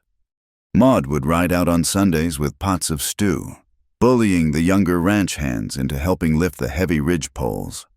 Old Pete brought tools and his expertise in joinery. Even Arthur, the clerk, who had testified against Crow and received a suspended sentence, came out to help organize the supply orders, eager to redeem himself. One evening, after a long day of peeling logs, Wade sat on the unfinished porch, watching the sun dip below the peaks. Ayanna sat beside him, mending a tear in Kengi's shirt. I have something for you, Wade said. He looked uncharacteristically nervous. He reached into his saddlebag and pulled out a square of white cotton cloth. Ayanna took it. It was a handkerchief, or perhaps a napkin. In the center, embroidered with thick, uneven black thread, was a word. The stitching was atrocious. The knots were visible, the lines crooked. It looked like a spider had danced across the fabric after dipping its legs in ink. F-O-R-E-V. Ayanna looked at it. She traced the jagged letters. You missed a letter, she said softly. Wade rubbed the back of his neck, his face turning pink. I am better with a branding iron than a needle. I tried to fix it, but the thread kept snapping. It is supposed to say, I know what it says. Ayanna interrupted him. She put down Kengi's shirt. She took her own needle, threaded it with a strand of red wool she had traded for in town. Slowly, expertly, she pierced the fabric. She did not undo his work. She stitched over it and around it. She added the missing E. She reinforced the shaky R. She turned his clumsy, broken attempt into something solid and vibrant. The black thread of his effort was still there, visible, but it was now supported and brightened by her red thread. She handed it back to him. F-O-R-E-V-E-R, to build strong, Ayanna said, meeting his eyes. You need 2 threads, one to hold the shape, one to hold the color. Wade took her hand, his thumb brushing over the calluses on her palm. I will hold the shape, if you hold the color. Good, she said. She leaned her head against his shoulder. It was a small gesture, but in the open air of the Montana Territory, where danger lived in every shadow, it was an act of profound peace. By autumn, the roadhouse was open. It was a modest success, but its reputation grew quickly. Travelers said the beds were clean. The venison stew was the best west of the Mississippi, and the owners were fair. But the most remarkable thing about the Two Hawks was not the food. It was what happened in the evenings. In the corner of the dining room near the great stone hearth, Ayanna had painted a blackboard, a real one, with slate ordered from St. Louis. Every Tuesday and Thursday, when the chores were done, children would gather. They were a motley group. There were the sons and daughters of the homesteaders, faces scrubbed pink. There were native children from the reservation border, cautious but curious. There was even a young stable boy from town who had run away from a cruel master. Ayanna stood before them. She held a piece of chalk. Paper talks, she told them. But it only talks if you have the key. Without the key, paper is a cage. With the key, paper is a door. She wrote a letter on the board. A is for Absaroka, she said. My people. She wrote another. B is for Buffalo, she said, who gives us life. She wrote a third. C is for courage, she said, to speak truly. Wade watched from the bar, wiping down a glass. He saw the way the children watched her, not with fear, and not with the dismissal he had seen in the eyes of men like Crow, but with hunger. She was feeding them something more filling than bread. She did not just teach them to read, she told them stories. She told them about the coyote who stole fire. She told them about the time the snow fell for 3 moons. She wove the oral traditions of her ancestors into the written structure of the English language, creating a bridge where before there had only been a chasm. One little girl, the daughter of a Swedish immigrant, raised her hand. "Miss Ayana, why do we have to learn the stories? Why not just the words?" Ayana lowered the chalk. She looked at the girl, and then at Wade. "Because words are just the bones," Ayana said. "Stories are the breath. If you have bones without breath, you have a skeleton. If you have breath without bones, you have a ghost. To be alive, you need both." The years passed, not in a blur, but in the measured cadence of the seasons. The railroad did come. Eventually, the iron rails snaked through the lower valley, bringing noise and smoke and more strangers. Silas Crow's prediction had been half right. The world was changing. But the Two Hawks Roadhouse did not get crushed. It adapted. It became a landmark. The investors from the East, the men in silk hats who came to survey the mines, found themselves stopping there. And they found themselves negotiating not with a gun-toting cowboy, but with a woman who read their contracts with eyes that missed nothing, and who could spot a loophole from a mile away. On a crisp evening in late October, 5 years after the fire at the sawmill, Ayana and Wade sat on the porch. The sun was setting, painting the sky in violent streaks of orange and violet. The air smelled of wood smoke and dried leaves. Kangi was 15 now, tall and lanky, down at the corral breaking a new colt. His laughter drifted up on the wind. Ayana held a small, leather-bound book in her lap. It was not a ledger. It was a journal. For years, she had been writing. Not contracts, not deeds, but her own words. "Read to me," Wade said softly. He was whittling a piece of cedar, his hands slower now, the ache in his side a permanent companion when the frost set in. Ayana opened the book. The pages were filled with her handwriting, angular, sharp, but legible and strong. She turned to the last entry she had written. "The wind does not ask permission to blow," she read. "The water does not ask permission to flow. For a long time, I thought the letters were fences built to keep me out, but now I know. The letters are stepping stones across the river. I crossed the river, and I did not drown. I found the other side, and I built a fire there. And in the light of that fire, I found that the word for home is spelled the same in every heart, even if the tongues are different." She closed the book. Wade stopped whittling. He looked at her, his gray eyes shining with a pride that required no words. "That is good," he said. "That is true." "It is short," Ayana said self-critically. "The truth usually is," Wade replied. He reached out and covered her hand with his. The scar on her knuckle, where the cold had cracked her skin years ago, was faded now, but still there, a map of where they had been. "Crow's partners were in town yesterday," Wade mentioned casually, "asking about the timber rights on the upper ridge again." Ayana smiled, a sharp, dangerous smile that reminded him of the woman who had brought down an avalanche. "Let them come," she said, tapping the cover of her book. "I have plenty of ink left." Wade chuckled and leaned back in his chair. The sun dipped below the horizon, plunging the world into the twilight that belongs to lovers and storytellers. They sat together in the silence, two survivors of a hard land, watching the stars come out one by one, writing their own story across the endless western sky, a story that would last, simply and truly, forever. Thank you so much for listening to this story. If Ayana and Wade's journey touched your heart, or if you enjoyed this ride through the snow and grit of the Wild West, please let me know. I would love to hear where you are listening from. Are you in a bustling city? Or somewhere out in the quiet country like the Double R? Drop a comment below and share your thoughts. Please consider subscribing to Wild West Tales for more stories of adventure, romance, and the frontier spirit. Don't forget to like this video and hit that hype button to help these stories reach more people. Your support means the world to me and keeps the campfire burning. Until next time, keep your powder dry and your eyes on the horizon.